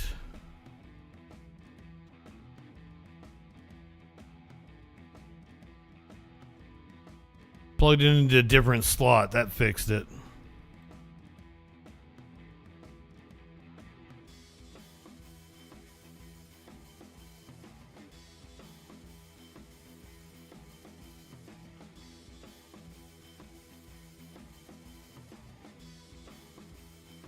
All right, let's get back to the news. All right, so Trump shared out stupid video blaming Tim Walz for Melissa Hortman's death. He's disgusting. Family condemns him. Let's get to the Epstein files.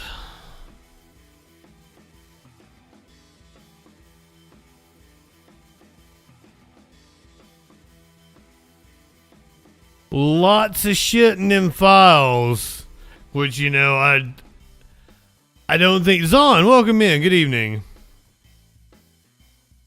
I don't think the two things, Venezuela and the Epstein files, are unrelated. Epstein disclosures raise key question. Why wasn't he stopped earlier? This is a Guardian article. Over the course of 2 decades, Jeffrey Epstein repeatedly appeared on law enforcement's radar for sexual misconduct involving teen girls and young women. And over the same period of time, Epstein avoided serious and meaningful punishment for his crimes. The U.S. Justice Department's recent disclosure of long-secret investigative files related to Epstein has once again raised the question of why he wasn't interdicted sooner. Interdicted? Did I say that correctly? Interdicted? To prohibit or forbid to do something, especially by legal or ecclesiastical order. Interdict. Interdict. Interdict. Interdict. Interdict. Interdict. Interdict. That's what she said. Interdict.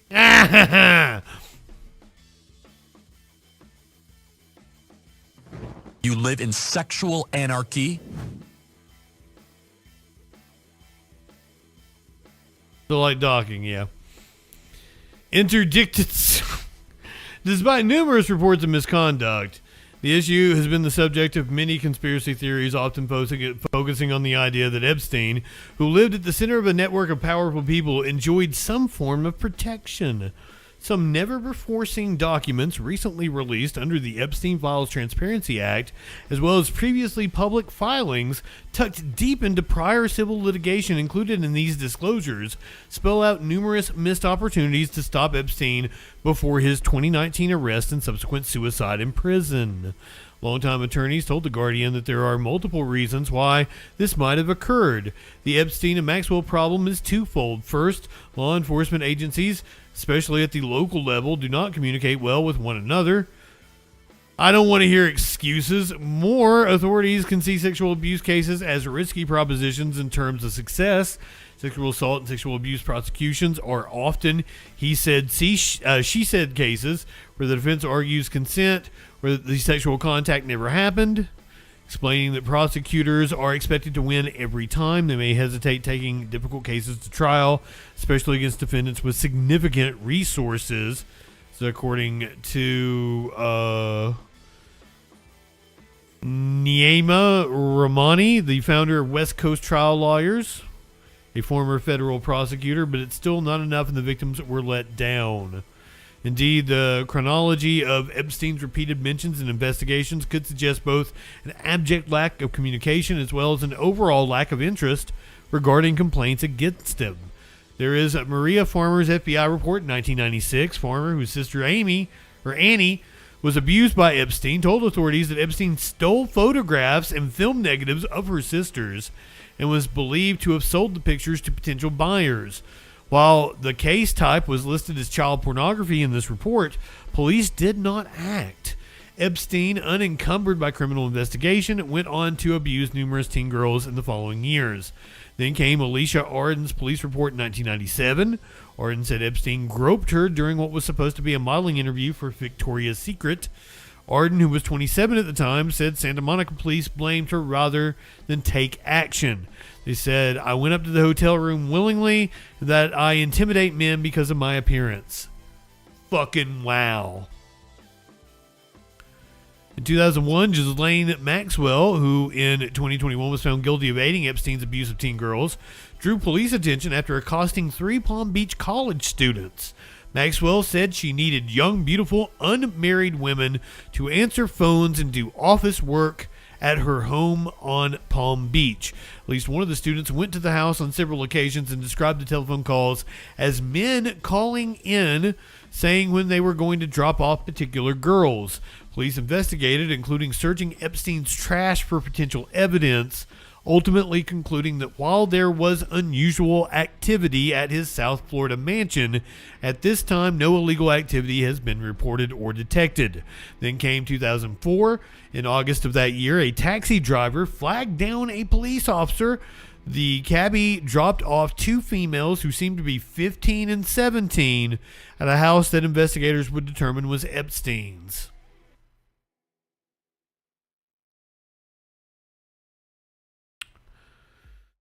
The taxi cab driver stated that he picked up the females in West Palm Beach, and while traveling to Epstein's residence, he overheard the females discussing how much money they would make dating in Palm Beach and possible drug use.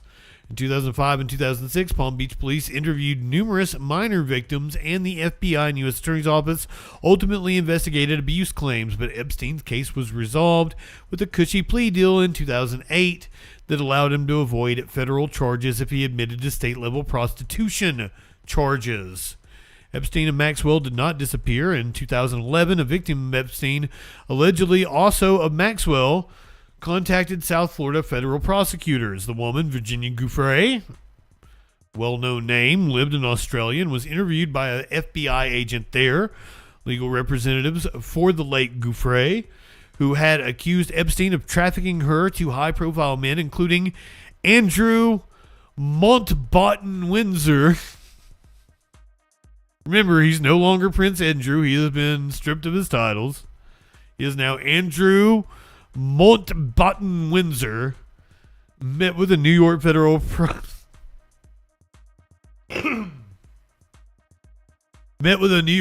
prosecutor to discuss Epstein.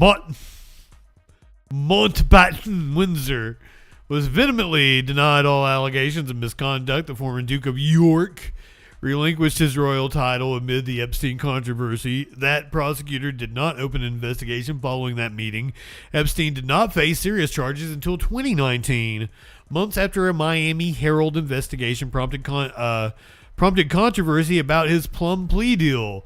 Epstein killed himself in jail weeks after his July 2019 arrest, and Maxwell was arrested next year and convicted of was arrested the next year and convicted of luring teen girls into his abusive world.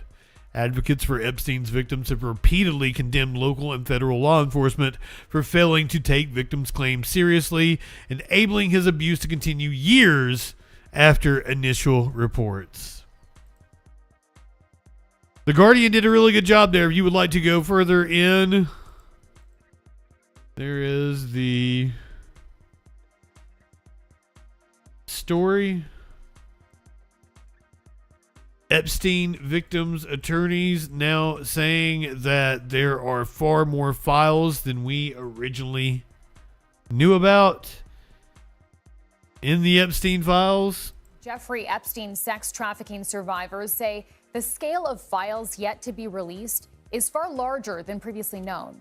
The attorneys say that as little as 1% of Epstein's case files have so far been released by the Justice Department, and the New York Times is reporting that 5 million pages of files are being reviewed. Earlier this year, President Trump signed a bill into law that 5 million release all of its files by December 19th, a deadline, of course, that has come and gone. CBS News Justice correspondent Scott McFarland joins me now with more on this. Scott, we know you've been following this very closely. So what happened here? I mean, why weren't all of those files already released? Hey, that's a political question as well as a logistical question, Chanel. I mean, there are Democrats on the Senate Judiciary Committee who are asking for an internal investigation as to why all these records weren't released by December 19th, because December 19th was the statutory deadline for the full release of the Epstein files. And based on our CBS News review and our conversation with sources, it appears quite clear as this weekend begins, only a small fraction of the millions of pages of files have been released so far. One attorney for a group of survivors estimates it's 1% has been released so far. Wow. And there are survivors who are arguing this is not only a flouting of the law, but a re-traumatization of survivors who are wondering when their files or their information is going to be released and not getting an open line of communication about it. We asked the Department of Justice for an update on their timeline, and they issued a statement to CBS News saying they have all hands on deck, including through the holiday weekend, to try to get more files out as quickly as possible. But they're giving no date certain in that statement or in their communication about when this happens. And if there are millions of pages more still to be released, there's no sense it happens anytime soon. And we know the Republican-controlled House Judiciary Committee has also released the transcript from former special counsel. All hands on deck. Door deposition last month. What more do we know about what was in that? 250 pages of transcript from Jack Smith's interview a few weeks ago with the House Judiciary Committee. They alternated questioning. Republicans questioned him for an hour, then Democrats did, back and forth. And the big takeaways from my read is that Jack Smith was declaratively confident in his investigation of President Trump for election subversion after 2020. And Smith said in so many words, he was confident he was going to get a conviction, and that Trump was the one to prosecute because, according to Jack Smith, he was the one who drove efforts to overturn the 2020 election, and that January 6th, the attack on the Capitol, would not have happened if not for President Trump. I want to show you among the many reactions. Yeah, what are we supposed to do with that information now? Top Democrat on that Judiciary Committee, and also served back in the day on the House January 6th Select Committee. What J.B. Raskin said about this 8-hour interview with Jack Smith is that the release of Special Counsel Jack Smith's full deposition makes crystal clear. Girl, I know. I sneeze all the time. Tried so desperately to hide. These criminal prosecutions were not failed. They were blocked. He said Mr. Smith testified compellingly, unequivocally, that his office developed proof beyond any reasonable doubt Trump engaged in a criminal scheme to overturn the election and willfully retained highly classified documents after leaving office. We're now reaching the 5-year mark of the January 6th attack, Chanel, and clearly this remains a visceral, divisive issue here in Washington. Scott McFarland, thank you.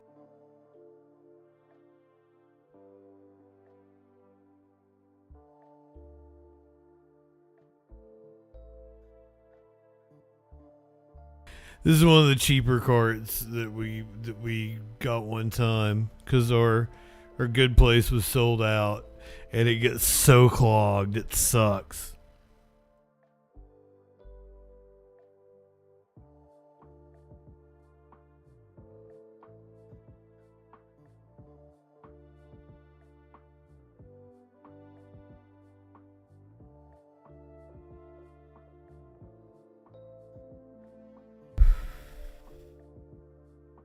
The other place, their vapes are amazing. This one, not so much.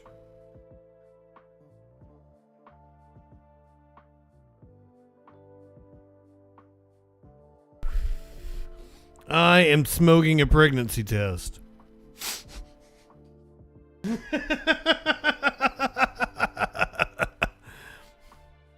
Oh, is this an actual brand? It does look like it's full of pubes. It's got cat hair in it.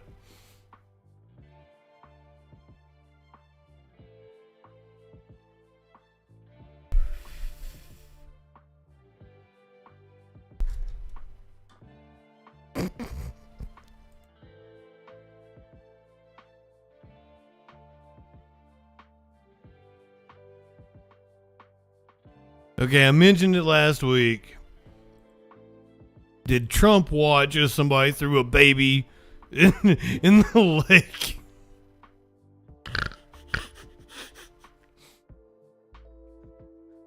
Oh, please tell me there's video. I don't have to read this.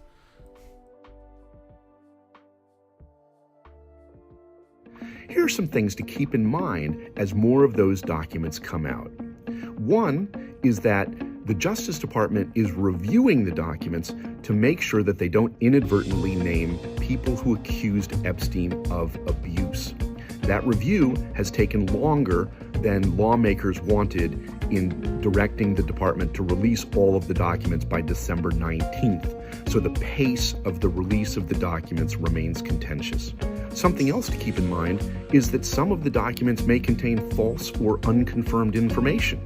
The Justice Department has warned that FBI documents from just before the 2020 election contain untrue and sensationalist accusations against President Donald Trump. In addition, the FBI... I'm sure they are just like crazy tips that were called into the FBI. has determined that a purported letter from Epstein to convicted sex offender Larry Nassar is a fake. So keep in mind that not all of the documents are confirmed information. In addition, the documents can be used for political reasons. Democrats have tended to focus on documents that name or that picture Trump. And Republicans fuck Clinton. on documents that show former President Bill Clinton. Over my life.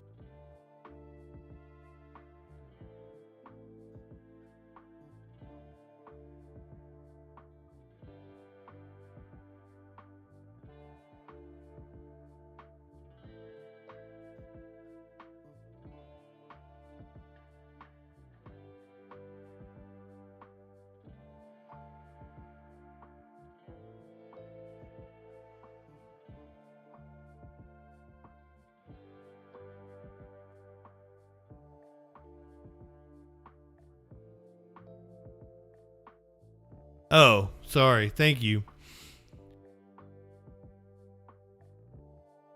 A woman reported to the FBI that she had been sex trafficked by Jeffrey Epstein from a yacht based near Muskegon in the summer of 1984 when she was 13 years old and pregnant.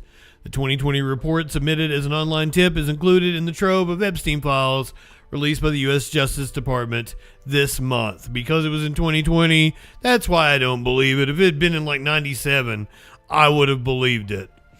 In the August 3rd, 2020 online tip to the FBI's National Threat Operations Center, the woman said she was sex trafficked on yachts in Lake Michigan. I don't believe that. By her uncle and Jeffrey Epstein from May to September of 1984. The woman, that timeline doesn't match up. Epstein wouldn't have been sex trafficking women in 1984, would he have? He was a nobody then. The woman said she was 13 and pregnant at the time.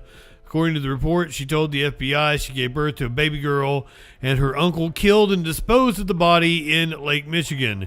The woman said Epstein was orchestrating a deal along with her uncle where different men and a few women and girls would come to a variety of boats and yachts and pay money to force me to do redacted with them when I was 13 and pregnant. According to the file, the trafficking happened mostly from a yacht in Lake Michigan originating from Mona Lake. Mona Lake is a small island lake near Muskegon that's connected to Lake Michigan by a recreational channel. The file is one of thousands released in the Epstein Library on the DOJ's website. Some of the files are fake, according to the DOJ. According to the FBI intake record from August 3rd, 2020, the woman with a Los Lunas, New Mexico address said she had submitted the same tip several weeks earlier using an alias and was contacted by a detective from the New York Police Department Sex Trafficking Task Force. In the second report, she said she was using her real name, but all the other information was the same. She said she was trying to get the detective's name and phone number to find out if there had been any follow-up. Both the woman's alias and real name are redacted from the FBI's file. The woman names Trump as a witness. In the report, the woman names President Donald Trump as a witness, saying she knows him because he participated regularly in paying money to force me to redacted with him, and he was present when my uncle murdered my newborn child and disposed of the body in Lake Michigan.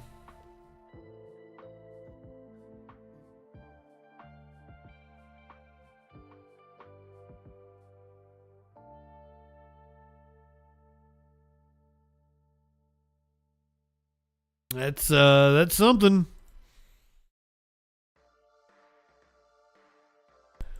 Does Michael Wolff have a new book out? Is that why we're watching him on the Daily Beast here? The dominant figure in this relationship. It's interesting, the Atlantic City business. Trump is fully vested. He gotta watch the people. Epstein feels that he is the dominant figure in this relationship. It's interesting, the Atlantic City business. Trump is fully vested. He is the Atlantic City god. It's a weird thing to be known as because his casinos have regularly gone bankrupt in Atlantic City. And Epstein regards this as déclassé. So he is richer than Trump. Trump is an Atlantic City guy. He looks down on Trump. I mean, they spend an enormous amount of time together. This is the nature of that relationship. I think you can look at this and say they really hate each other. Why do they carry on hanging out together then? If Jeffrey Epstein despised Donald Trump's sort of business acumen, and his business is slowly declining and then going bankrupt, why did he carry on hanging out with him? Girls, I think. Girls and sex. I think they're both motivated by the same thing, and they're probably, I don't know, they probably have a certain amount of self-loathing for it. Self-loathing for hanging out with each other. Self-loathing for their obsessions, their fetishes. It's hard to think of Donald Trump as self-loathing because that would indicate some level of self-awareness, which I have never seen any evidence of. But clearly they were perhaps codependent.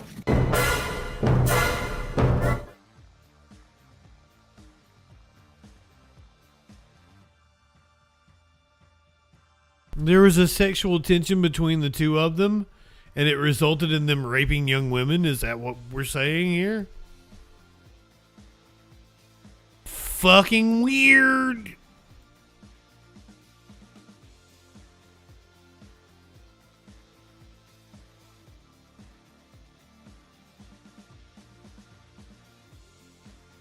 Left-wing militants have claimed responsibility for an arson attack on the Berlin, Germany power grid. Protest over climate crisis and AI has cut power to tens of thousands of homes, which may take days to fully restore. Now that's some direct action. German left-wing militants protesting over climate crisis and AI have claimed responsibility for an arson attack that cut power to tens of thousands of households in Berlin. The fire that broke out on a bridge across the Teltow Canal in the southwest of the capital early on Saturday could deprive up to 35,000 homes and 1,900 businesses of electricity, and in many cases heat. It kind of sucks for the people that are in the dead of winter in Germany, though. Until about the 8th of January, the grid company Stomnetz said, as state security authorities opened an investigation into the cause of the blaze near the Lichterfeld heat and power station, the damage. I agree with the cause. I agree with industrial sabotage. I don't know if fucking over homes in the dead of winter is the best course of action. Can we agree with that?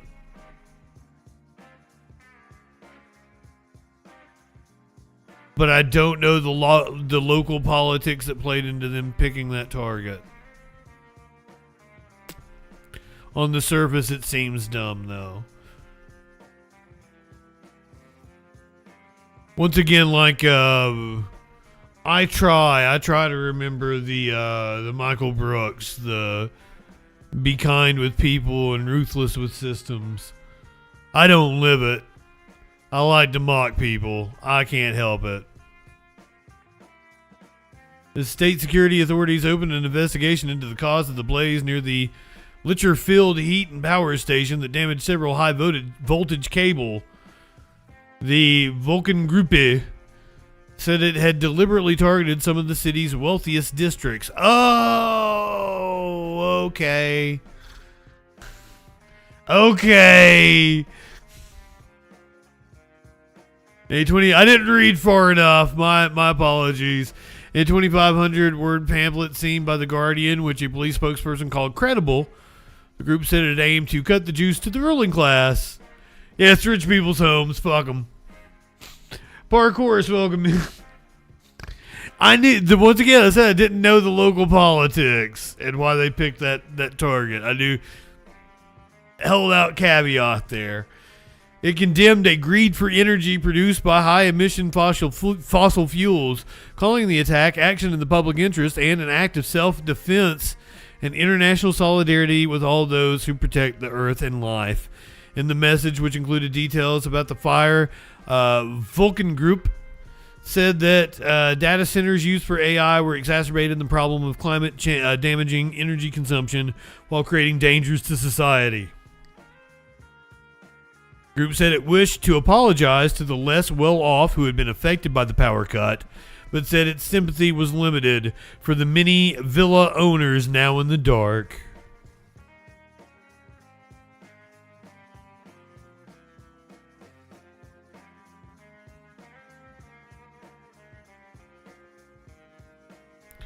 Speaking of left-wing militants,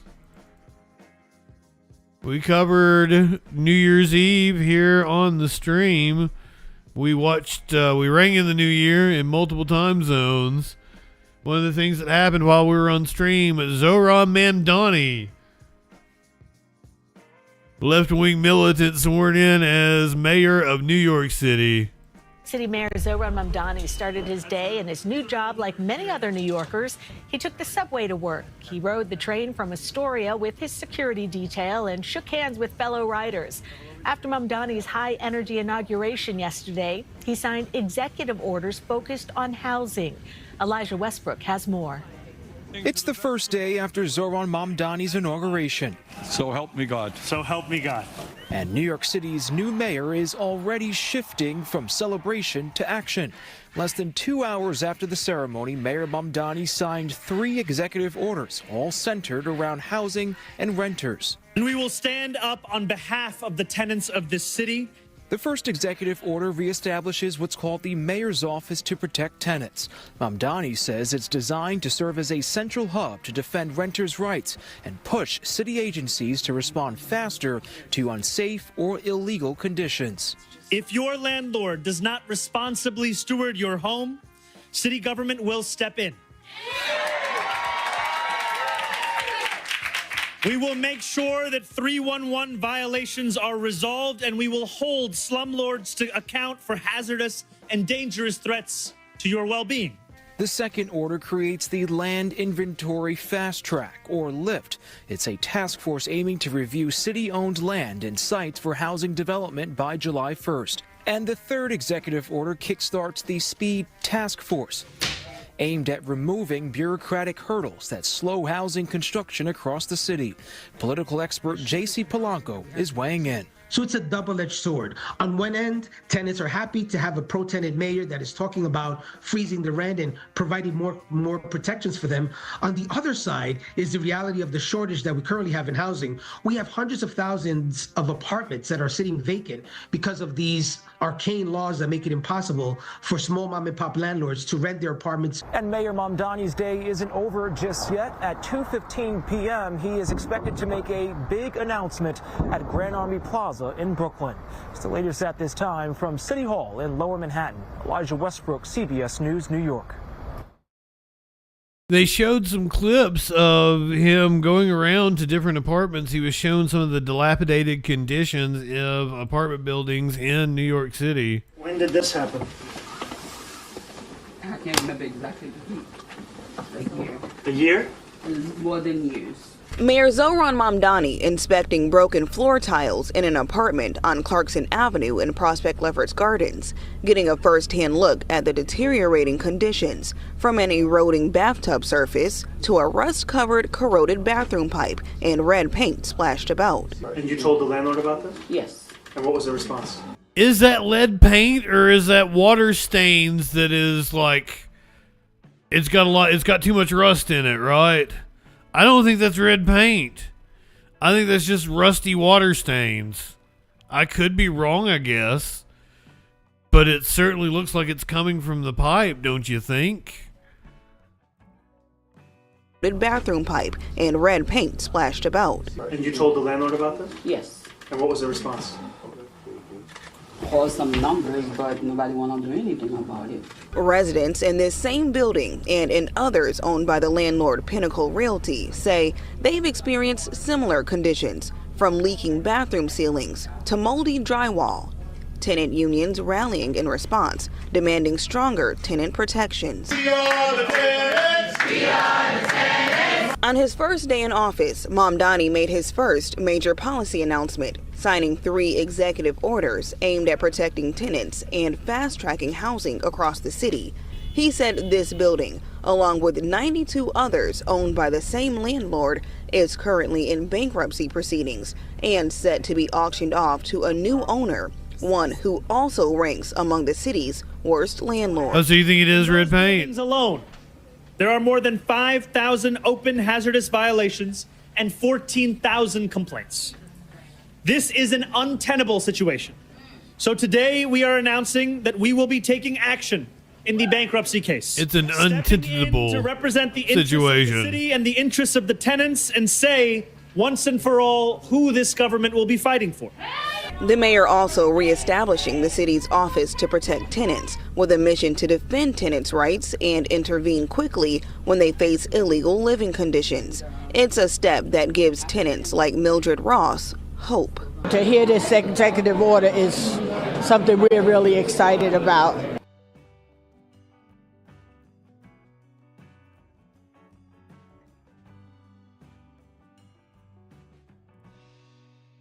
We need more Mamdani, less corporate Dems. Corporate Dems have helped usher in autocracy. Not my words, those are the words of Norm Solomon, how corporate Democrats paved the way for autocracy. He was on with Amy Goodman last week. A live broadcast of 2025 with Norman Solomon, Director of Roots Action, Executive Director of the Institute for Public Accuracy. He's just published a new book. It's titled The Blue Road to Trump Hell: How Corporate Democrats Paved the Way for Autocracy. He also has a new piece for The Guardian, headlined, Why is the Democratic Party Hiding its 2024 Autopsy Report? In which he argues, quote, a party unable to publicly examine its own failings is unlikely to climb out of the rut that proved so helpful to Donald Trump in 2024. Norm, thank you so much for being with us. So why don't you answer that question for us? Why is the Democratic Party hiding its 2024 autopsy report? What report is that? Well, it was officially going to be released before the election in November this year. Then the can was kicked down the road, and we were told it would be released by the end of the year. And that didn't happen. And it didn't happen because the history of the Democratic Party is a repetition compulsion to serve corporate power, and it can't withstand the light of day. And so rather than do self-examination, the people running the Democratic National Committee decided to just pretend that, as the saying goes, look forward, not backward.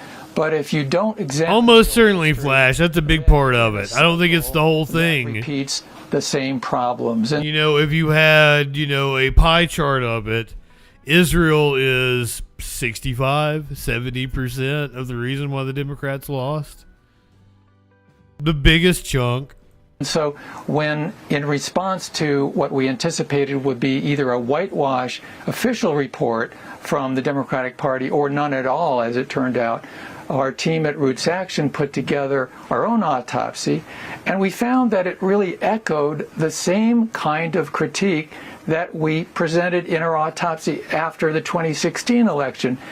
In fact, if you were to swap the names Hillary Clinton and Kamala Harris, it would be entirely accurate in a lot of the report, because in both cases, and here we have elections, 8 years apart, service to corporate power, hostility to the progressive wing of the party, out of control militarism, disconnection from the base of the working class. That's been yes. the Democratic Party. As we celebrate and look forward to the mayoral reality in New York City, and defeated her with a rubber stamp write-in campaign. Well, that's a defeat. And a lot of people who are defeatist, unfortunately, or say, hey, forget about the Democratic Party. They say, oh, we lose. We can't defeat the Democratic elite leadership. Digicool. See what happened 4 years later. Did I say it correctly? Digicool? Didn't give up. And because of being glad to have you here, my friend. Movement, The DNC is trying to take me out. Mobilize tens of thousands of volunteers. Socio Tolo. I just sort of sum up. Good night to you, my friend. I'm sorry, I saw your messages earlier. Leadership. My heart breaks for you. Is unwilling, unable to really examine. I also not housing secure at the moment. That party and the capacity of that party to. But I don't have all the other issues, so my heart goes out to you, friend. At the same time, when people organize and when people look at real history and struggle to change what comes up in the future, we can win victories. Norman, I want to get back to this DNC autopsy. The Harris campaign spent $1.5 billion in just 107 days. Juan Gonzalez out of nowhere. What did they spend all that money on? They spent it on consultants. They spent it on TV ads. They spent it on the traditional way that when you don't believe in your party base and you try to win an election from the top down, you squander the money. And there has not been transparency within the DNC or the various presidential campaigns of the party. It's very lucrative. It's a racket. They win whether they win or lose. It's sort of like, I would compare it to the weapons manufacturers and the military-industrial complex. You know, the U.S., quote, lost in Vietnam, lost in Iraq and Afghanistan, but the military-industrial complex, corporate America, they never lose. And in a similar way, the consultants who are intertwined with corporate America and militarism at the Democratic Party at the very high levels, they have huge quantities of dollars shoveled their way. And frankly, they would rather lose the presidential election and retain control of the Democratic Party than, heaven forfend, have yep. and they would lose control of the party. And could you talk about, in terms of the analysis of that's an issue with capitalism, the National Democratic Party and obviously Biden and Harris positions on the war in Gaza affected the turnout for president?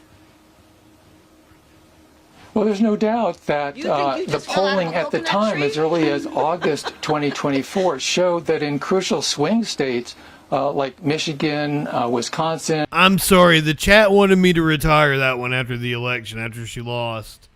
But I can't do it. I love it. It's so funny. In Arizona, that if Kamala Harris had been willing to call for an arms embargo, even say she would consider an arms embargo on Israel as it continued its genocide sports cards, 3 Palestinian people in Gaza, that she would have gained a lot more votes. Oh, what? She would have lost. This is not a secret. And retrospectively shows very clearly that she very well may have won the election and be in the White House today if she'd been willing to break from the Israel right or wrong keeps shoveling arms to the murderous regime there, if she had broken with that policy of the Biden White House. And she didn't even have to come out completely against Israel. Just stopping offensive arms sales would have probably been enough to win her the election. Just something that the anti-war left could latch on to. And she wouldn't even give them that. There's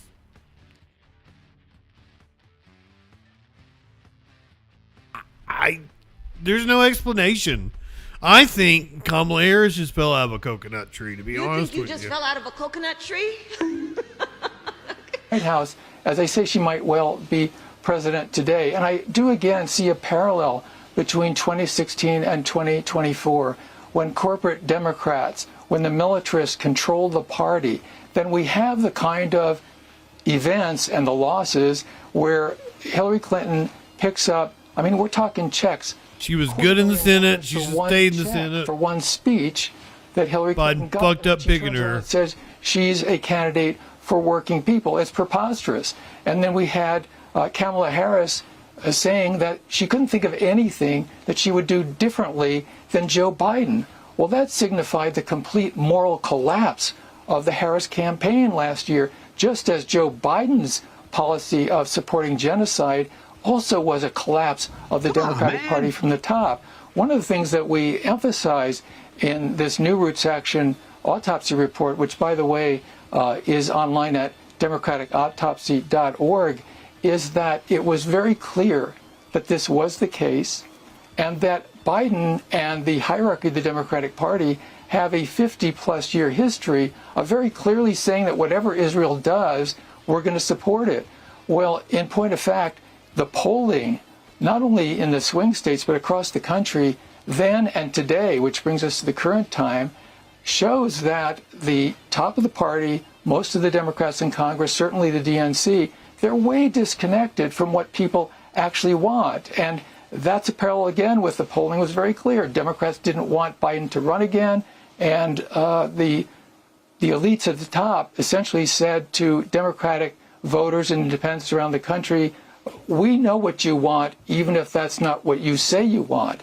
One unpublicized reality in the last few months is that when the DNC held its semi-annual meeting in August, because of the pressure to take a position against sending further arms to Israel, the chair of the DNC, Ken Martin, pledged that he would appoint a task force to study Democratic Party policy towards Israel.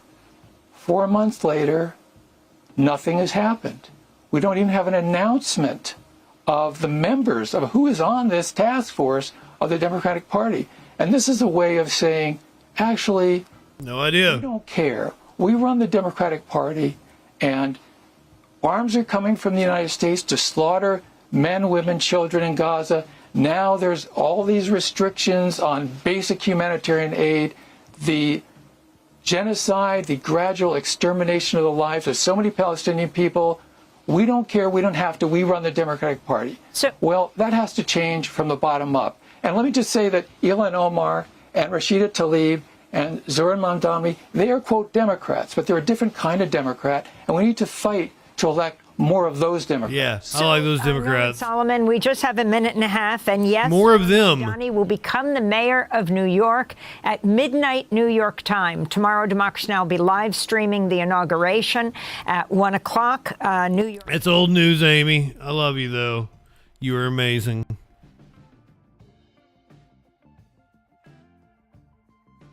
It's not all bad. It's not all bad out here. You could see more money on your tax return this year. Are you excited about that? While some are still feeling the crunch of inflation and affordability concerns, relief could be on the way from your 2026 tax return. Financial services company Piper Sandler says average payments should increase by about $1,000 per filer. Tax professionals credit some of that to the new laws, like eliminating taxes on tips and some overtime pay. I do expect to see larger refunds. Again, it depends on your filing status and, other factors that go into it. But, things compared, if all things being equal from year to year, I would expect refunds to go up for most people. Cheney says because these new laws were signed in July, he recommends saving your last pay stub of the year as for those overtime totals. And filing opens early next year, with most people getting a return within 21 days.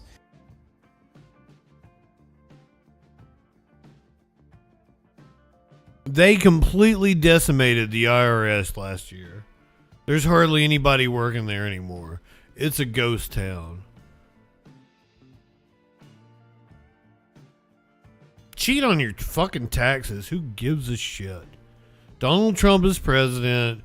He's profited billions off of taxpayers. Everybody doing fraud. I'm white. I'm not Somali. I can get away with fraud. Cheat on your taxes. I have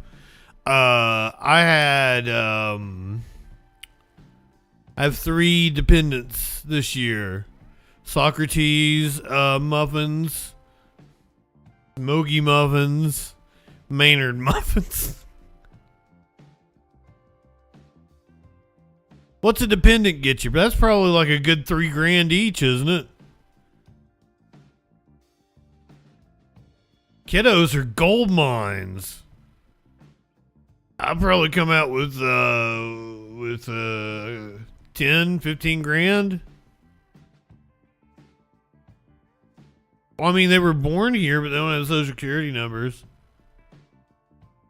I think, are you legal? Legal fuckers? That's what I'm saying. I've got 3 dependents.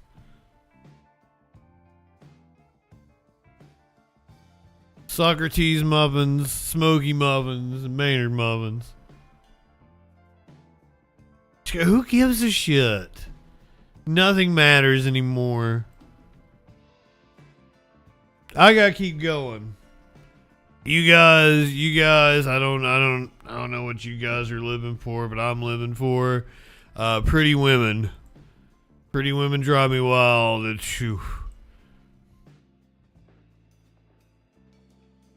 You were never gonna guess who was in court again.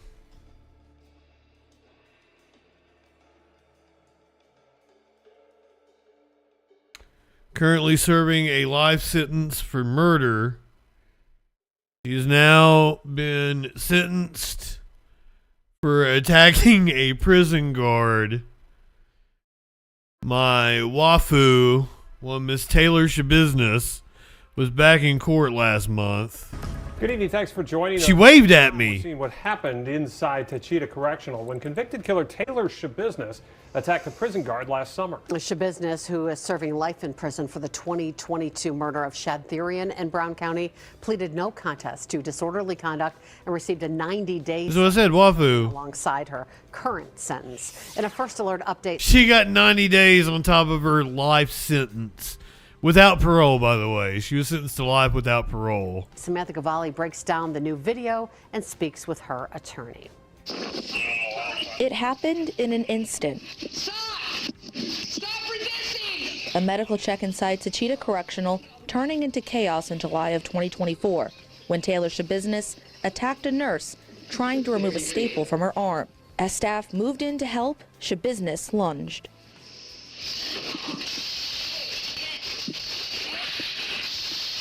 That's my girl. She's frisky. Investigators say she first grabbed a metal tray, then picked up a small table and swung it at a correctional officer before pepper spray was deployed. On Monday afternoon, wheeled in and watched by several deputies, Shabusiness apologizing to the court. I'm sorry for that. She waved. How it came off like that, it didn't mean to happen that way, and it shouldn't have. And I like her. What happened in light of the fact that, and we watched the video, you saw the video, I felt that, disorderly conduct would be a good resolution of the case. Attorney Christopher Freilich, who also represented her in Brown County, asking the judge for a 10-day sentence, but prosecutors pushed back. Whether you're in prison, 10-day. whether you're not in prison for life, that violence against staff members in prison, violence against other inmates will not be tolerated. Despite recent incidents involving his client, Freilich says he's been able to work with her in a way others haven't. For her and I, we seem to have some kind of a chemistry, some kind of a relationship. She knows that I care about her. She knows. Hey now, hey. Try to get her the best possible result. Shabusiness was She's my woman, back the fuck up. spending 90 days in jail, which will run after she serves her life sentence. At the request of Taylor Shabusiness, Attorney Freilich says he will be filing to appeal the sentence. Reporting in Fond du Lac, Samantha Cavalli, Action 2 News. It will run after she serves her life sentence, is what she said. They literally found the woman red-handed. She had blood on her hands when the cops rolled up on her. They asked her how she got it. And she said, well, that's a really good question. I'm trying to find pictures of her from before she was incarcerated, but she's done so much crazy shit in courtrooms. That is hard to find. Ooh, yes, there we go. Here's one of her thirst trap pictures.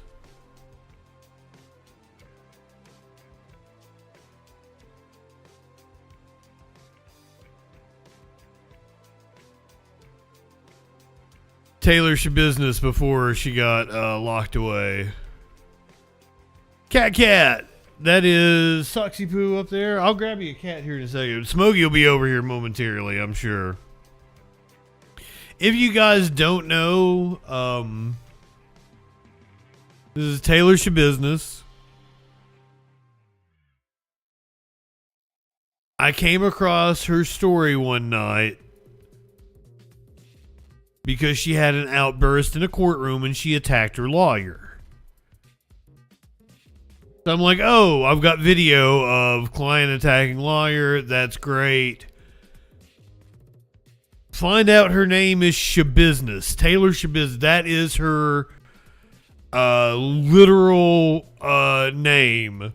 It is no, she has got life without parole. She is not getting out ever. When I tell you what she did, you'll understand why.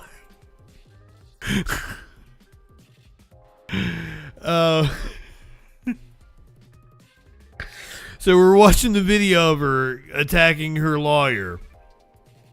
I find out her name is Shabusiness. That's crazy to me. Like I hung up on her name.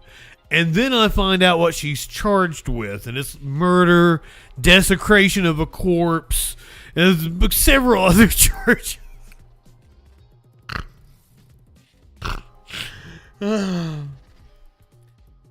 So the news report was a little coy, but from what I gather, they were all...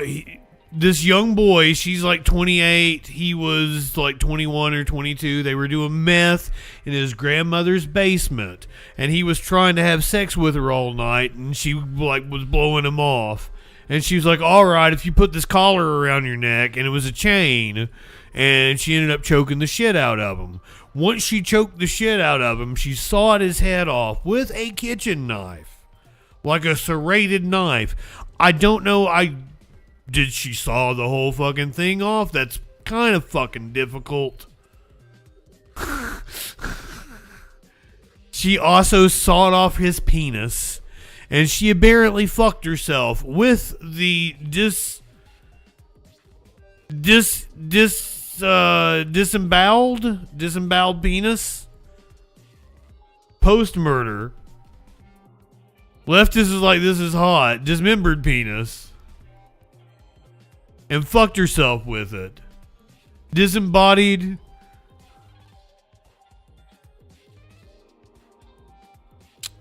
She then leaves. The grandmother discovers her grandkid.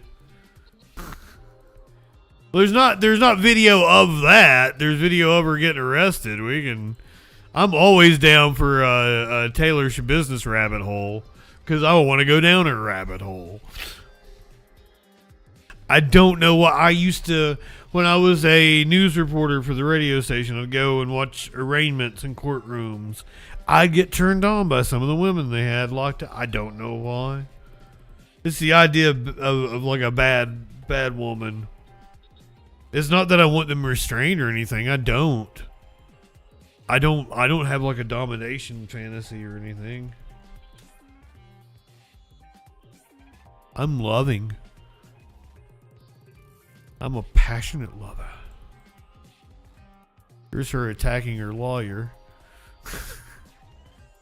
Okay, where's the... Yeah, there we go. The arrest of Taylor Shabusiness.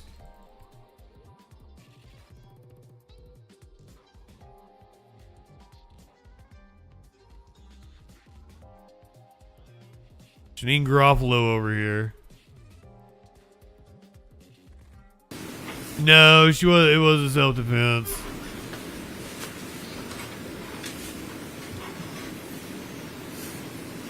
No, she's just fucking crazy. And I'm really attracted to crazy.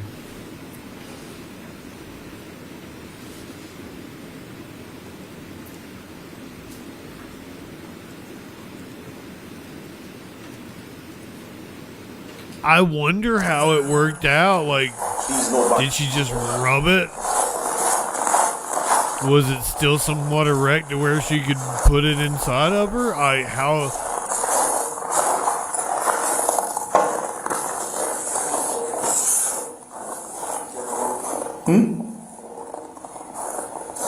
Shabusiness is not her maiden name. Her husband is in jail. His name is Shabusiness.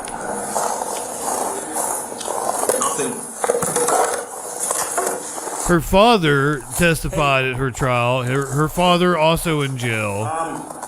Is this blood? Does this look like blood to you? I just tripped it. Bloody footprint. You see this right here? Could possibly be blood. Footprints on the path.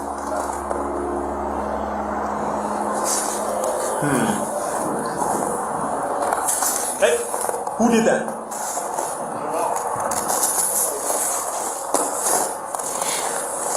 Hi, Taylor. How's it going? Officer Russell with the Green Bay Police Department. Just make sure you ain't got nothing on you here. With Taylor. Contact with Taylor. Taylor, you have one warrant for your arrest. Just put your hands behind your back, quick. Anybody else in your apartment? You got blood on your hands here, too. No, on your hands. Okay, yeah, we're gonna have to. What apartment is it? Caught her red-handed. Adam, can you come up? Get up here. On the double. Which apartment? One is what they came back to.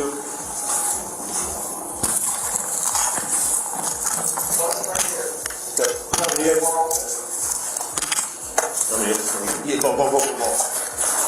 Guys, hurry and get here now.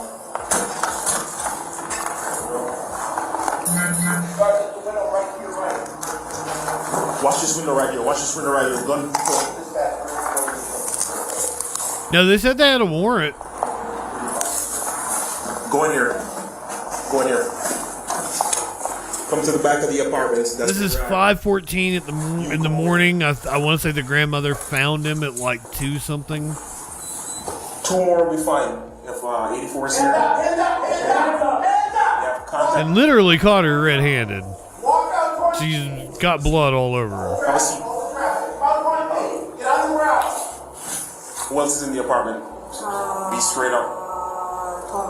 Thomas? Who else? Thomas? Is he armed? Nobody's armed? Nobody's armed. You sure? I'm sure. See, look how cute she is. In her hat. With her little hoodie on. I watched her entire trial. We watched a lot of it on stream.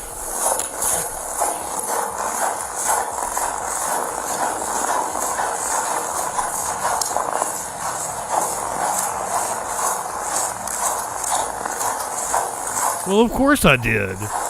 The fact that her dad testified on her behalf and they had to bring him in from jail. Just a whole fucked up family. 4 minutes of that exhibit, actually the entirety of that exhibit was played into the record. Officer, having reviewed that video, do you recognize the video that was depicted? Yes. Is that consistent with the body camera worn footage that you were wearing on February 23rd? Yes. I'd move Exhibit 81. Any objection? No. Received. So I want to ask just a few questions then, Officer. There was an earlier part in the clip where you had noted some area of suspected blood. Is that right? That's right. And what do you recall observing? It looked like a couple of drops of blood. Yeah, I can watch Taylor Ship Business all day. It's a fascinating story to me. You guys know about Dilbert? He's dying. He's apparently scared of his own mortality, so he's turning Christian.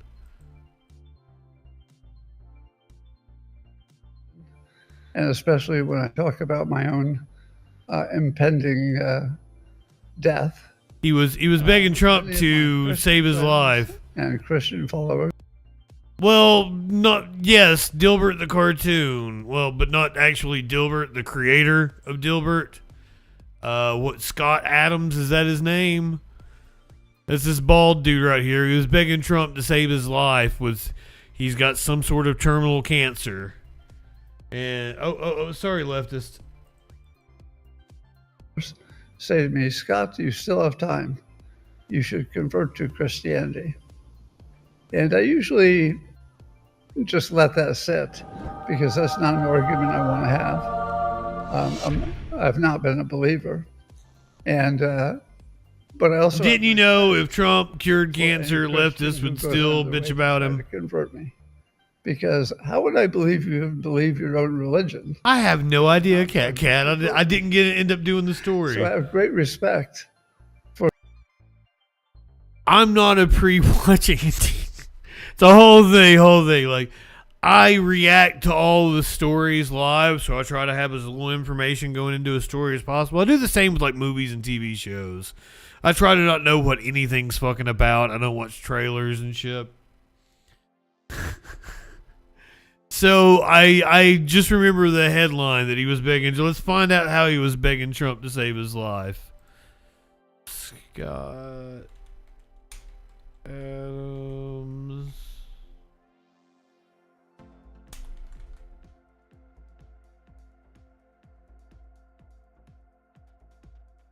Oh, it's some sort of cancer drug.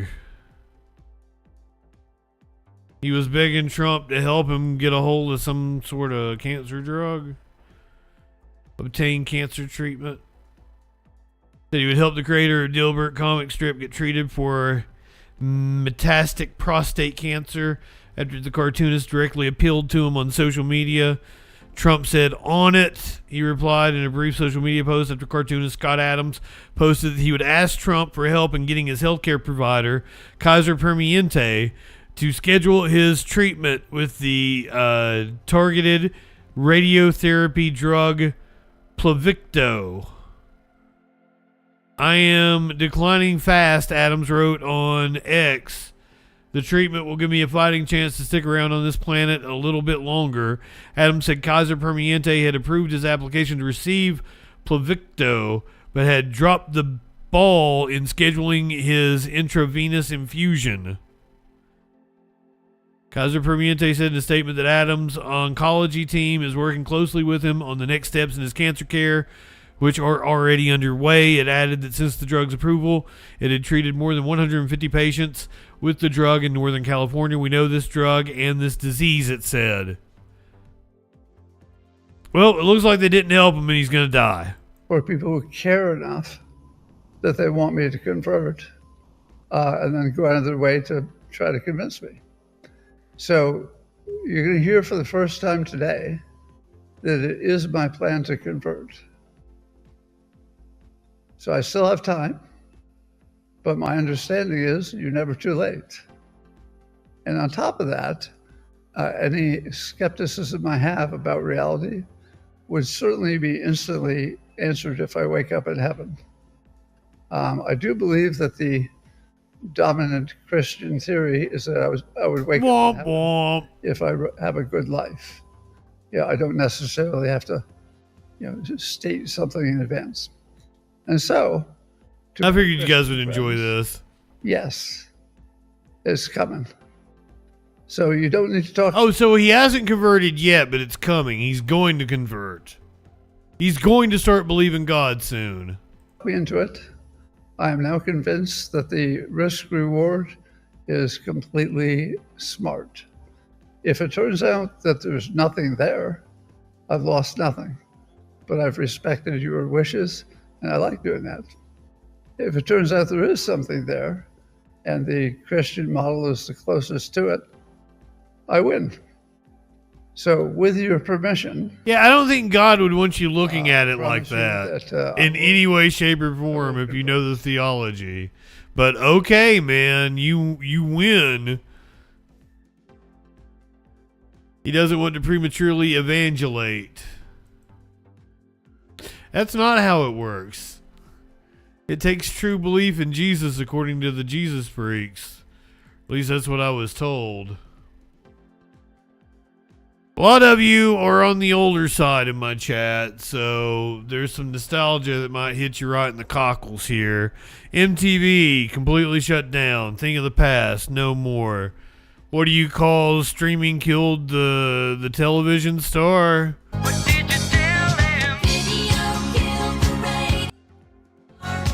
The Boggle song that ushered in the MTV age. Try not to get a copyright. It was a thinly veiled manifesto for an upstart American channel. Michael will definitely come after me. The Michael Jackson estate. The biggest artists of the time clamored to get their multi-million-dollar music videos in high rotation.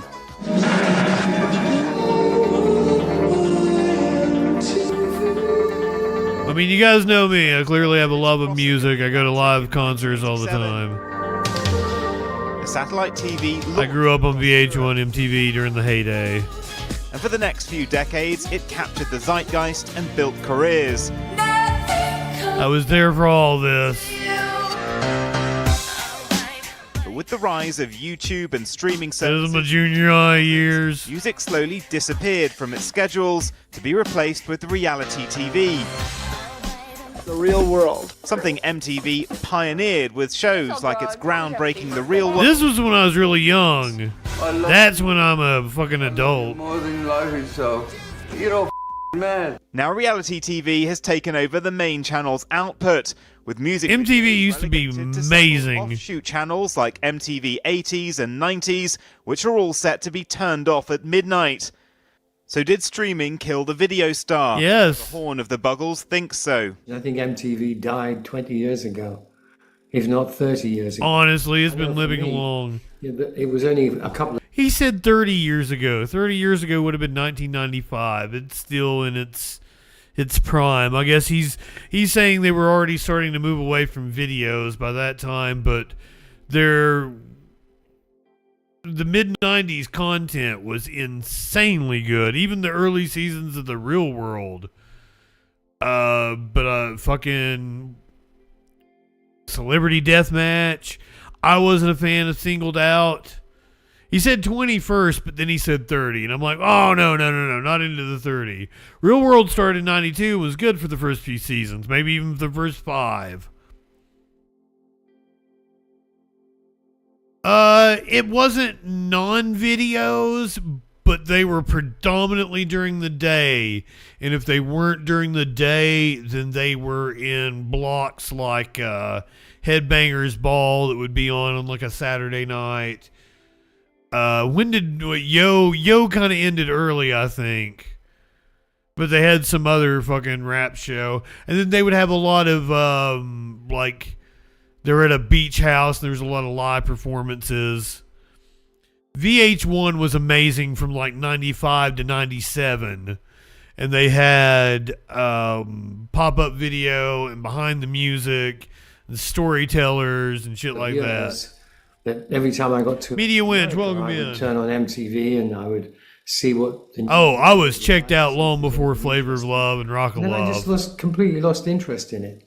When you take something as interesting as a record and you make it into pictures, inevitably you're going to bump up. Beavis and Butthead, Ren and Stimpy, Aeon Flux. I never watched Aeon Flux. People tell me it was good. The BPI shows streaming grew 4.9% in 2025, with well over 200 billion audio streams. But it was an older technology, vinyl LPs, which led growth in physical formats for the 18th consecutive year. And the demand for concerts continued to rise, with 1.4 million British and Irish fans attending Oasis's blockbuster reunion tour, and Coldplay breaking the Wembley headlining record with sold-out stadium shows. Coldplay, really? And people really wanting that visceral experience of music. There's nothing like seeing live music.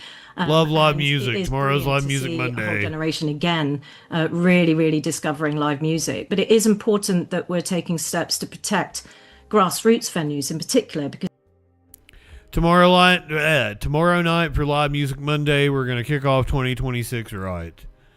Somebody about a week or two ago put up a gem of a live concert. So tomorrow night for Live Music Monday, you're going to strap in for over 2 hours of one of the greatest musicians of all time. Possibly the best live performer of all time. Motherfucking Prince from his very last tour in 2012. No, not Coldplay. Fuck Coldplay. no one just goes from zero. You know, actually, I probably should watch Coldplay if they broke some record at Wembley. We'll watch Coldplay. You have this whole journey. You're right. Let's watch Coldplay. Never mind. I take back what I said. No Prince. Audiences, big and small. When the likes of Beyonce are filling stadiums and cinemas with concerts after having given up on music videos, and even even Taylor Swift is designing hers for TikTok dance appeal, it seems the days of the music video are numbered. As the bells ring in the new year, MTV will quietly sign off, having platformed Are you saying period Uda marketing Prince? tool for a generation of musicians, some of whom elevated it to an art Fate form. of Ophelia. I kind of like that song. It got stuck in my head. We listened to that album on stream when it came out.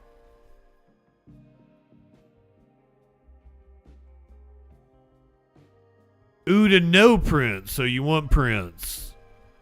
From the Forum in LA in 2012.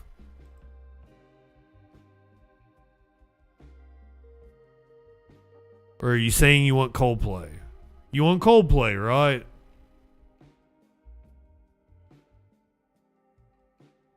I'll have to put it to a vote. We've already watched a Prince concert on stream before. So, like, Coldplay, you know. But I already kind of, you know, I got all hyped and promised the Prince, so.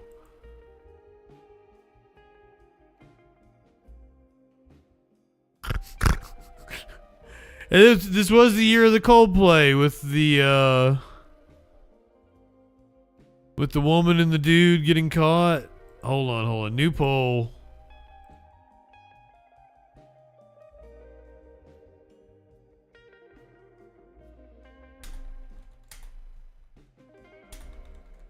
What concert for Live Music Monday? Prince. Coldplay. You got 5 minutes.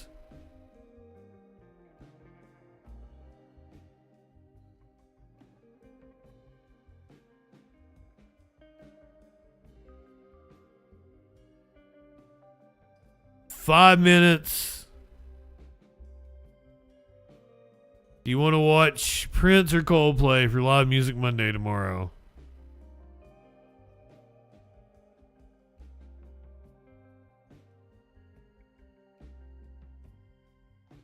I pick Coldplay. Oh my god, somebody else picked Coldplay. Fuck.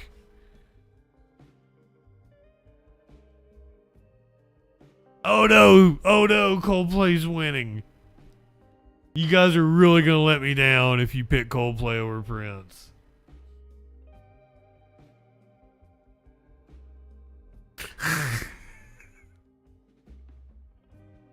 I was trolling. Hey, Justin, are you trolling?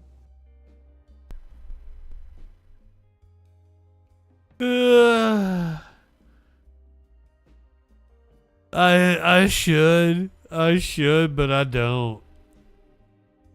How many people?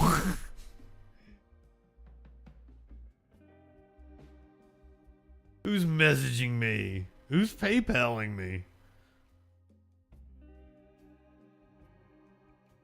Oh. Don't expect to get paid from clients on 10:52 on a Sunday night. You can't be trusted, apparently. Okay, Prince is taking the... No, you are not dumb if you want to watch Coldplay. I'm interested to watch Coldplay. That's why I picked it. I'm not going to not watch Coldplay. Okay, over Christmas, how many of you watched Christmas Vacation? Who watched Christmas Vacation?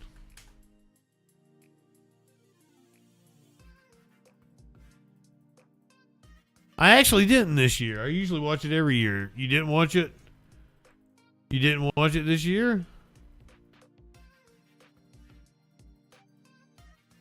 DJ Dub did. Media Winch watched it twice. Okay. Do you guys know who Aunt Bethany is? Kaya, welcome in.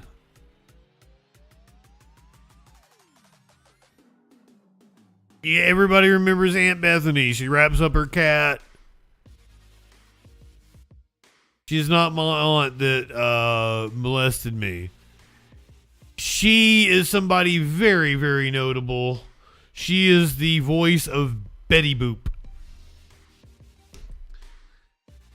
And that was her last ever appearance on camera. And apparently the cast treated her like the royalty that she was. Yep, she was Betty Boop. Nope, Betty Boop is Aunt Bethany from Christmas Vacation. And apparently she was incredibly sharp on the set. The cast loved working with her. In her very last role ever. I bring that up because Mae Questel. Yeah, she definitely looks like Betty Boop.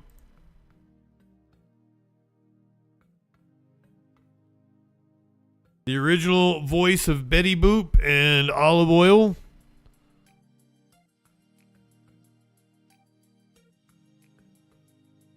Oh, the inspiration was a black jazz singer. Okay. The original voice was Mae Questel, played Aunt Bethany. Christmas Vacation. I bring that up because Betty Boop went into public domain. Works dating back to 1930 officially became public domain at the start of this year. CBS News correspondent Bradley Blackburn explains what that really means and how those beloved characters can now be used. The film All Quiet on the Western Front entered new territory. You've only got like 30 seconds to vote. If Prince and Coldplay tie, it's going to be hilarious. Meaning it's no longer protected by copyright. There are other works available too, from songs like Georgia on My Mind, Prince won, to comic strips like we'll be watching Blondie, Prince and tomorrow. original versions of some characters. Mickey's dog Pluto was initially called Rover.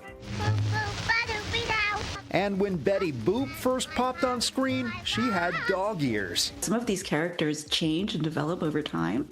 Oh, Aunt Bethany isn't the one everybody knows. She was just the original. 1.0 or Pluto 1.0 that are in the public domain. Duke professor and intellectual property law expert. Or no, you're saying the earliest version of Betty Boop is the one that's in the public domain. Like a time capsule. That's what clinically means. I'm sorry, I'm high. The roaring 20s was fresh, but we were in the midst of the Great Depression. Classic books include The Little Engine That Could, the first 4 Nancy Drew novels, and Agatha Christie's The Murder at the Vicarage. Even the original FIFA World Cup trophy is now fair game. What about the FIFA Peace Prize? Works now. Does it mean anything anymore? Artists and creators can use these works in their own creations without having an army of lawyers, without having to worry about a lawsuit, and without having to track down the original copyright owners. Oh, we're birds of a different feather. Jenkins says Access helps push art forward and generate big new ideas like Wicked, based on public domain characters from the Wizard of Oz book. You can see the public domain all around you. It's a wellspring of creativity. A fresh start for some classic works. Bradley Blackburn, CBS News, New York.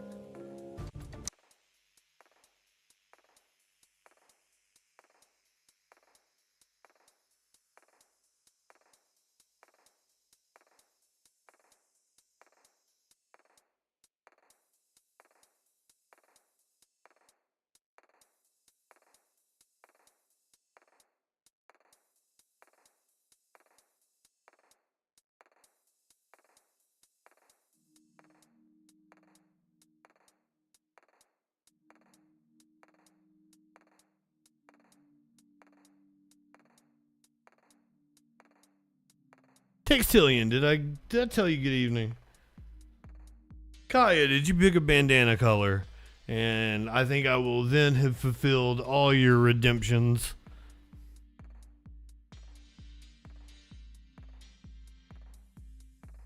Double cheeked up.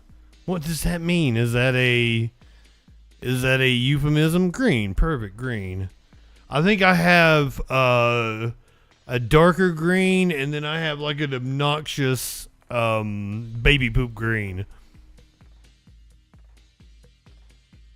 Well, fuck. I also have green, purple, sparkly tie-dye. Darker green. Okay. Cool. And we gotta smoke some weed, and we gotta fucking not cuss. All right, I think I can handle this. I don't think there's a video of the next story, so I can't play it for you. Hold on, let me get in the floor and get this bandana out. Get in the floor. It's my own fault. I should put the bandana somewhere else.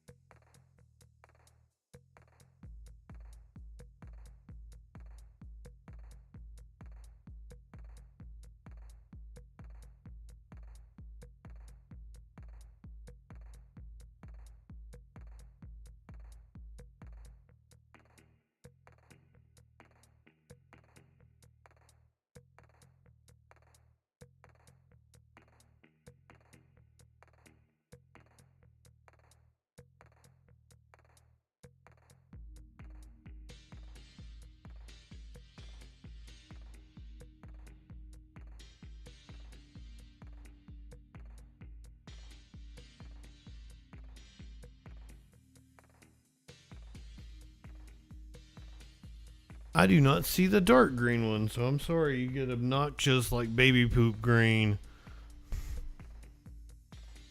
A mod on kick. Yeah, sorry about the accidental misgendering there, Kaya.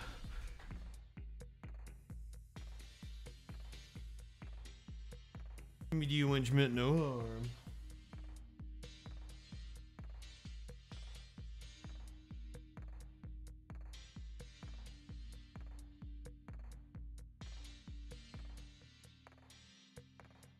Boom.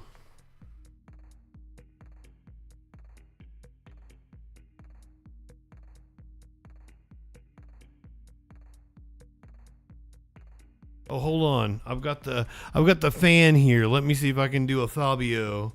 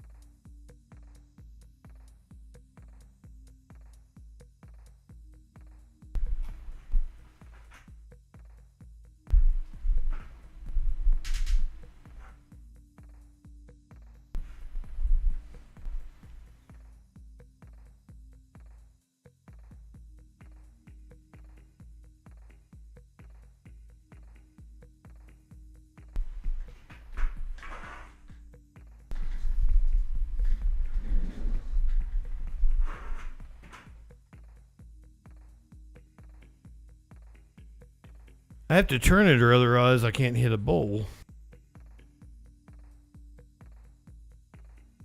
Unless you get hit in the face. Was it a goose? I thought it was, I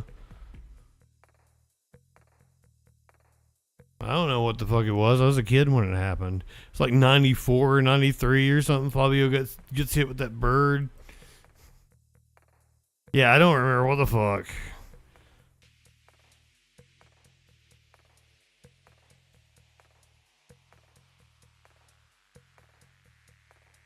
We're going to go to Morristown, Tennessee.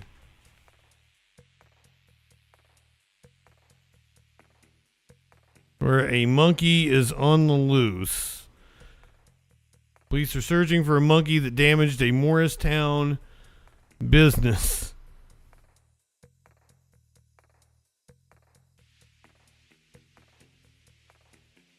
A cinnamon capuchin monkey had entered the trade center on South Cumberland Street in Morristown.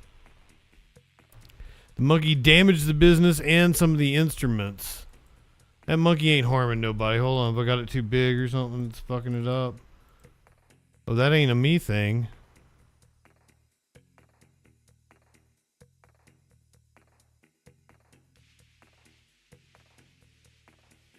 Oh, the Fabio goose. It is a goose. Okay, yeah, we go watch this.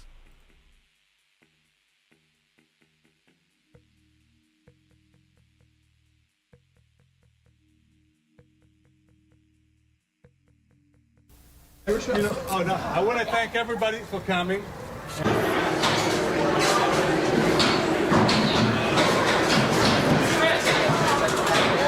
What year was this?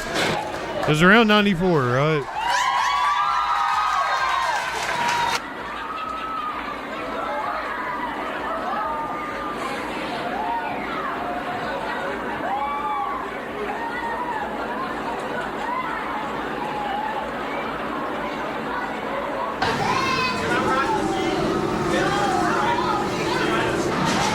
Gaston.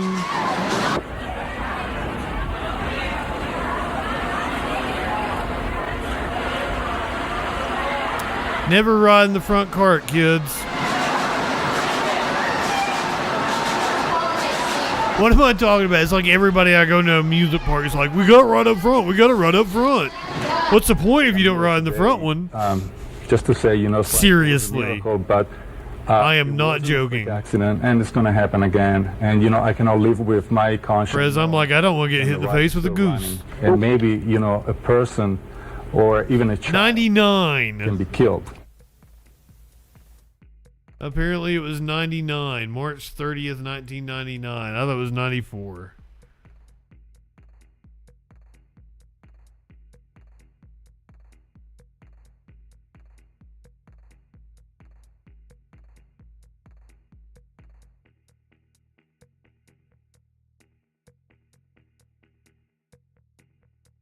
I think we have an update on the monkey.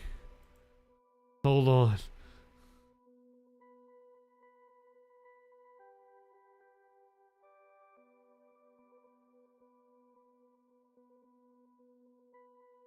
Oh no, give us sound.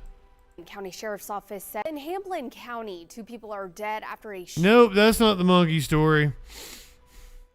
Monkey that damaged Morristown business, musical instruments, has been caught. Sorry, 2 people are dead. Ophelia. Officials have caught a monkey that has been on the loose in Morristown. They said the officers responded to a call about a cinnamon capuchin monkey. Animal Control was contacted and was unsuccessful in initially capturing the monkey. Worker licensed by the United States Department of Agriculture to take in primate told 10 News the missing monkey was allegedly stolen from a woman's farm in Alabama and transported to Morristown, where it was sold to a local woman. Huh. So this was a monkey theft. We have a monkey trafficking situation.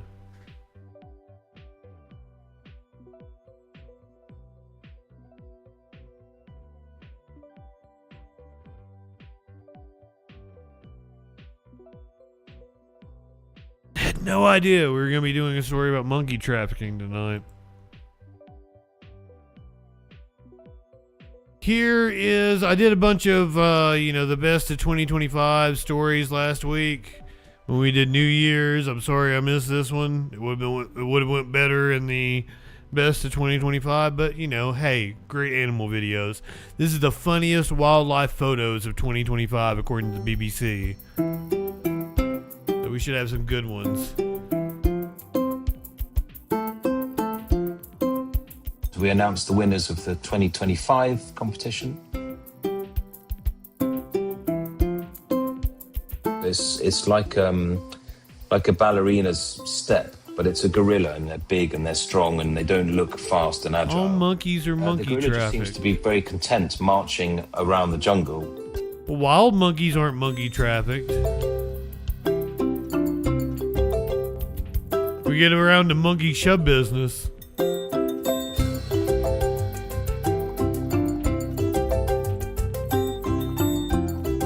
everyone will interpret it differently, but it looks like three brothers or three sisters playing in the sand. A human came out of a human because a human came in a human. Moment, which is what we like about comedy wildlife. Sometimes these little moments are. Kai, have you ever seen the? People really enjoy them. Jimmy Norton bit on it's a Louis C.K. show that was on HBO that not many people have seen. To Tanzania in East Africa. So I started to teach myself. Like he's having an argument about God. Another wildlife photographer called Paul Johnson Hicks. He's talking about like. And we realised how important it was to. You come from his mother's cunt, from his mother's cunt, one big great cunt in the sky. Conservation is a positive thing that we should. The other dude's like, celebrate. Yeah, and that's God. Rather than telling people things are all bad, let's make people smile and laugh. One big cunt in the sky. By launching comedy wildlife photography competition. No, that was a Lucky Louie. But I have watched Horace and Pete. I don't know if I ever finished it. Anthropomorphic. This ability that we have to recognize Did you watch it? Either ourselves in the images or our friends or loved ones. Oh, that's cute. Is why these pictures are so intriguing. Wiener, wiener, wiener, wiener. How can you say at the end of Game of Thrones? South Park literally wrote a song. Reason behind it, which is about how it was nothing but wieners. And be positive and support conservation and environmentalism, and then take that little step. I feel like I started liking Horace and Pete, and it got really dramatic towards the end. Am I wrong about that? And then like that's probably that like it wasn't that it wasn't good. It's just that it wasn't my cup of tea. We won't watch Harry Met. Oh, let me put it back on animal video. What am I doing? Yeah, it wasn't comedic. You know, not what I was looking for. We announced the winners of the 2025 competition. We went and watched When Harry Met Sally on Saturday. It's like I'd never seen it before. But it's a gorilla, and they're big and they're strong and they don't look fast and agile. The gorilla just seems to be content marching around the jungle. media wins. First thing, we get like the beginning of the movie, obnoxious Harry meets Sally, right? Harry's being a dickhead. And I'm like, God damn, I hate Paul Reiser. He is such a fucking douche. He's perfect for this role. And then I'm like, wait a minute, that's not Paul Reiser. Three brothers. So I have to spend the rest of the movie in the sand. And it's like, who the fuck is that? Moment, which is what we like about. I just keep coming back to Paul Reiser. Moments are very kind of welcome. People really enjoy them.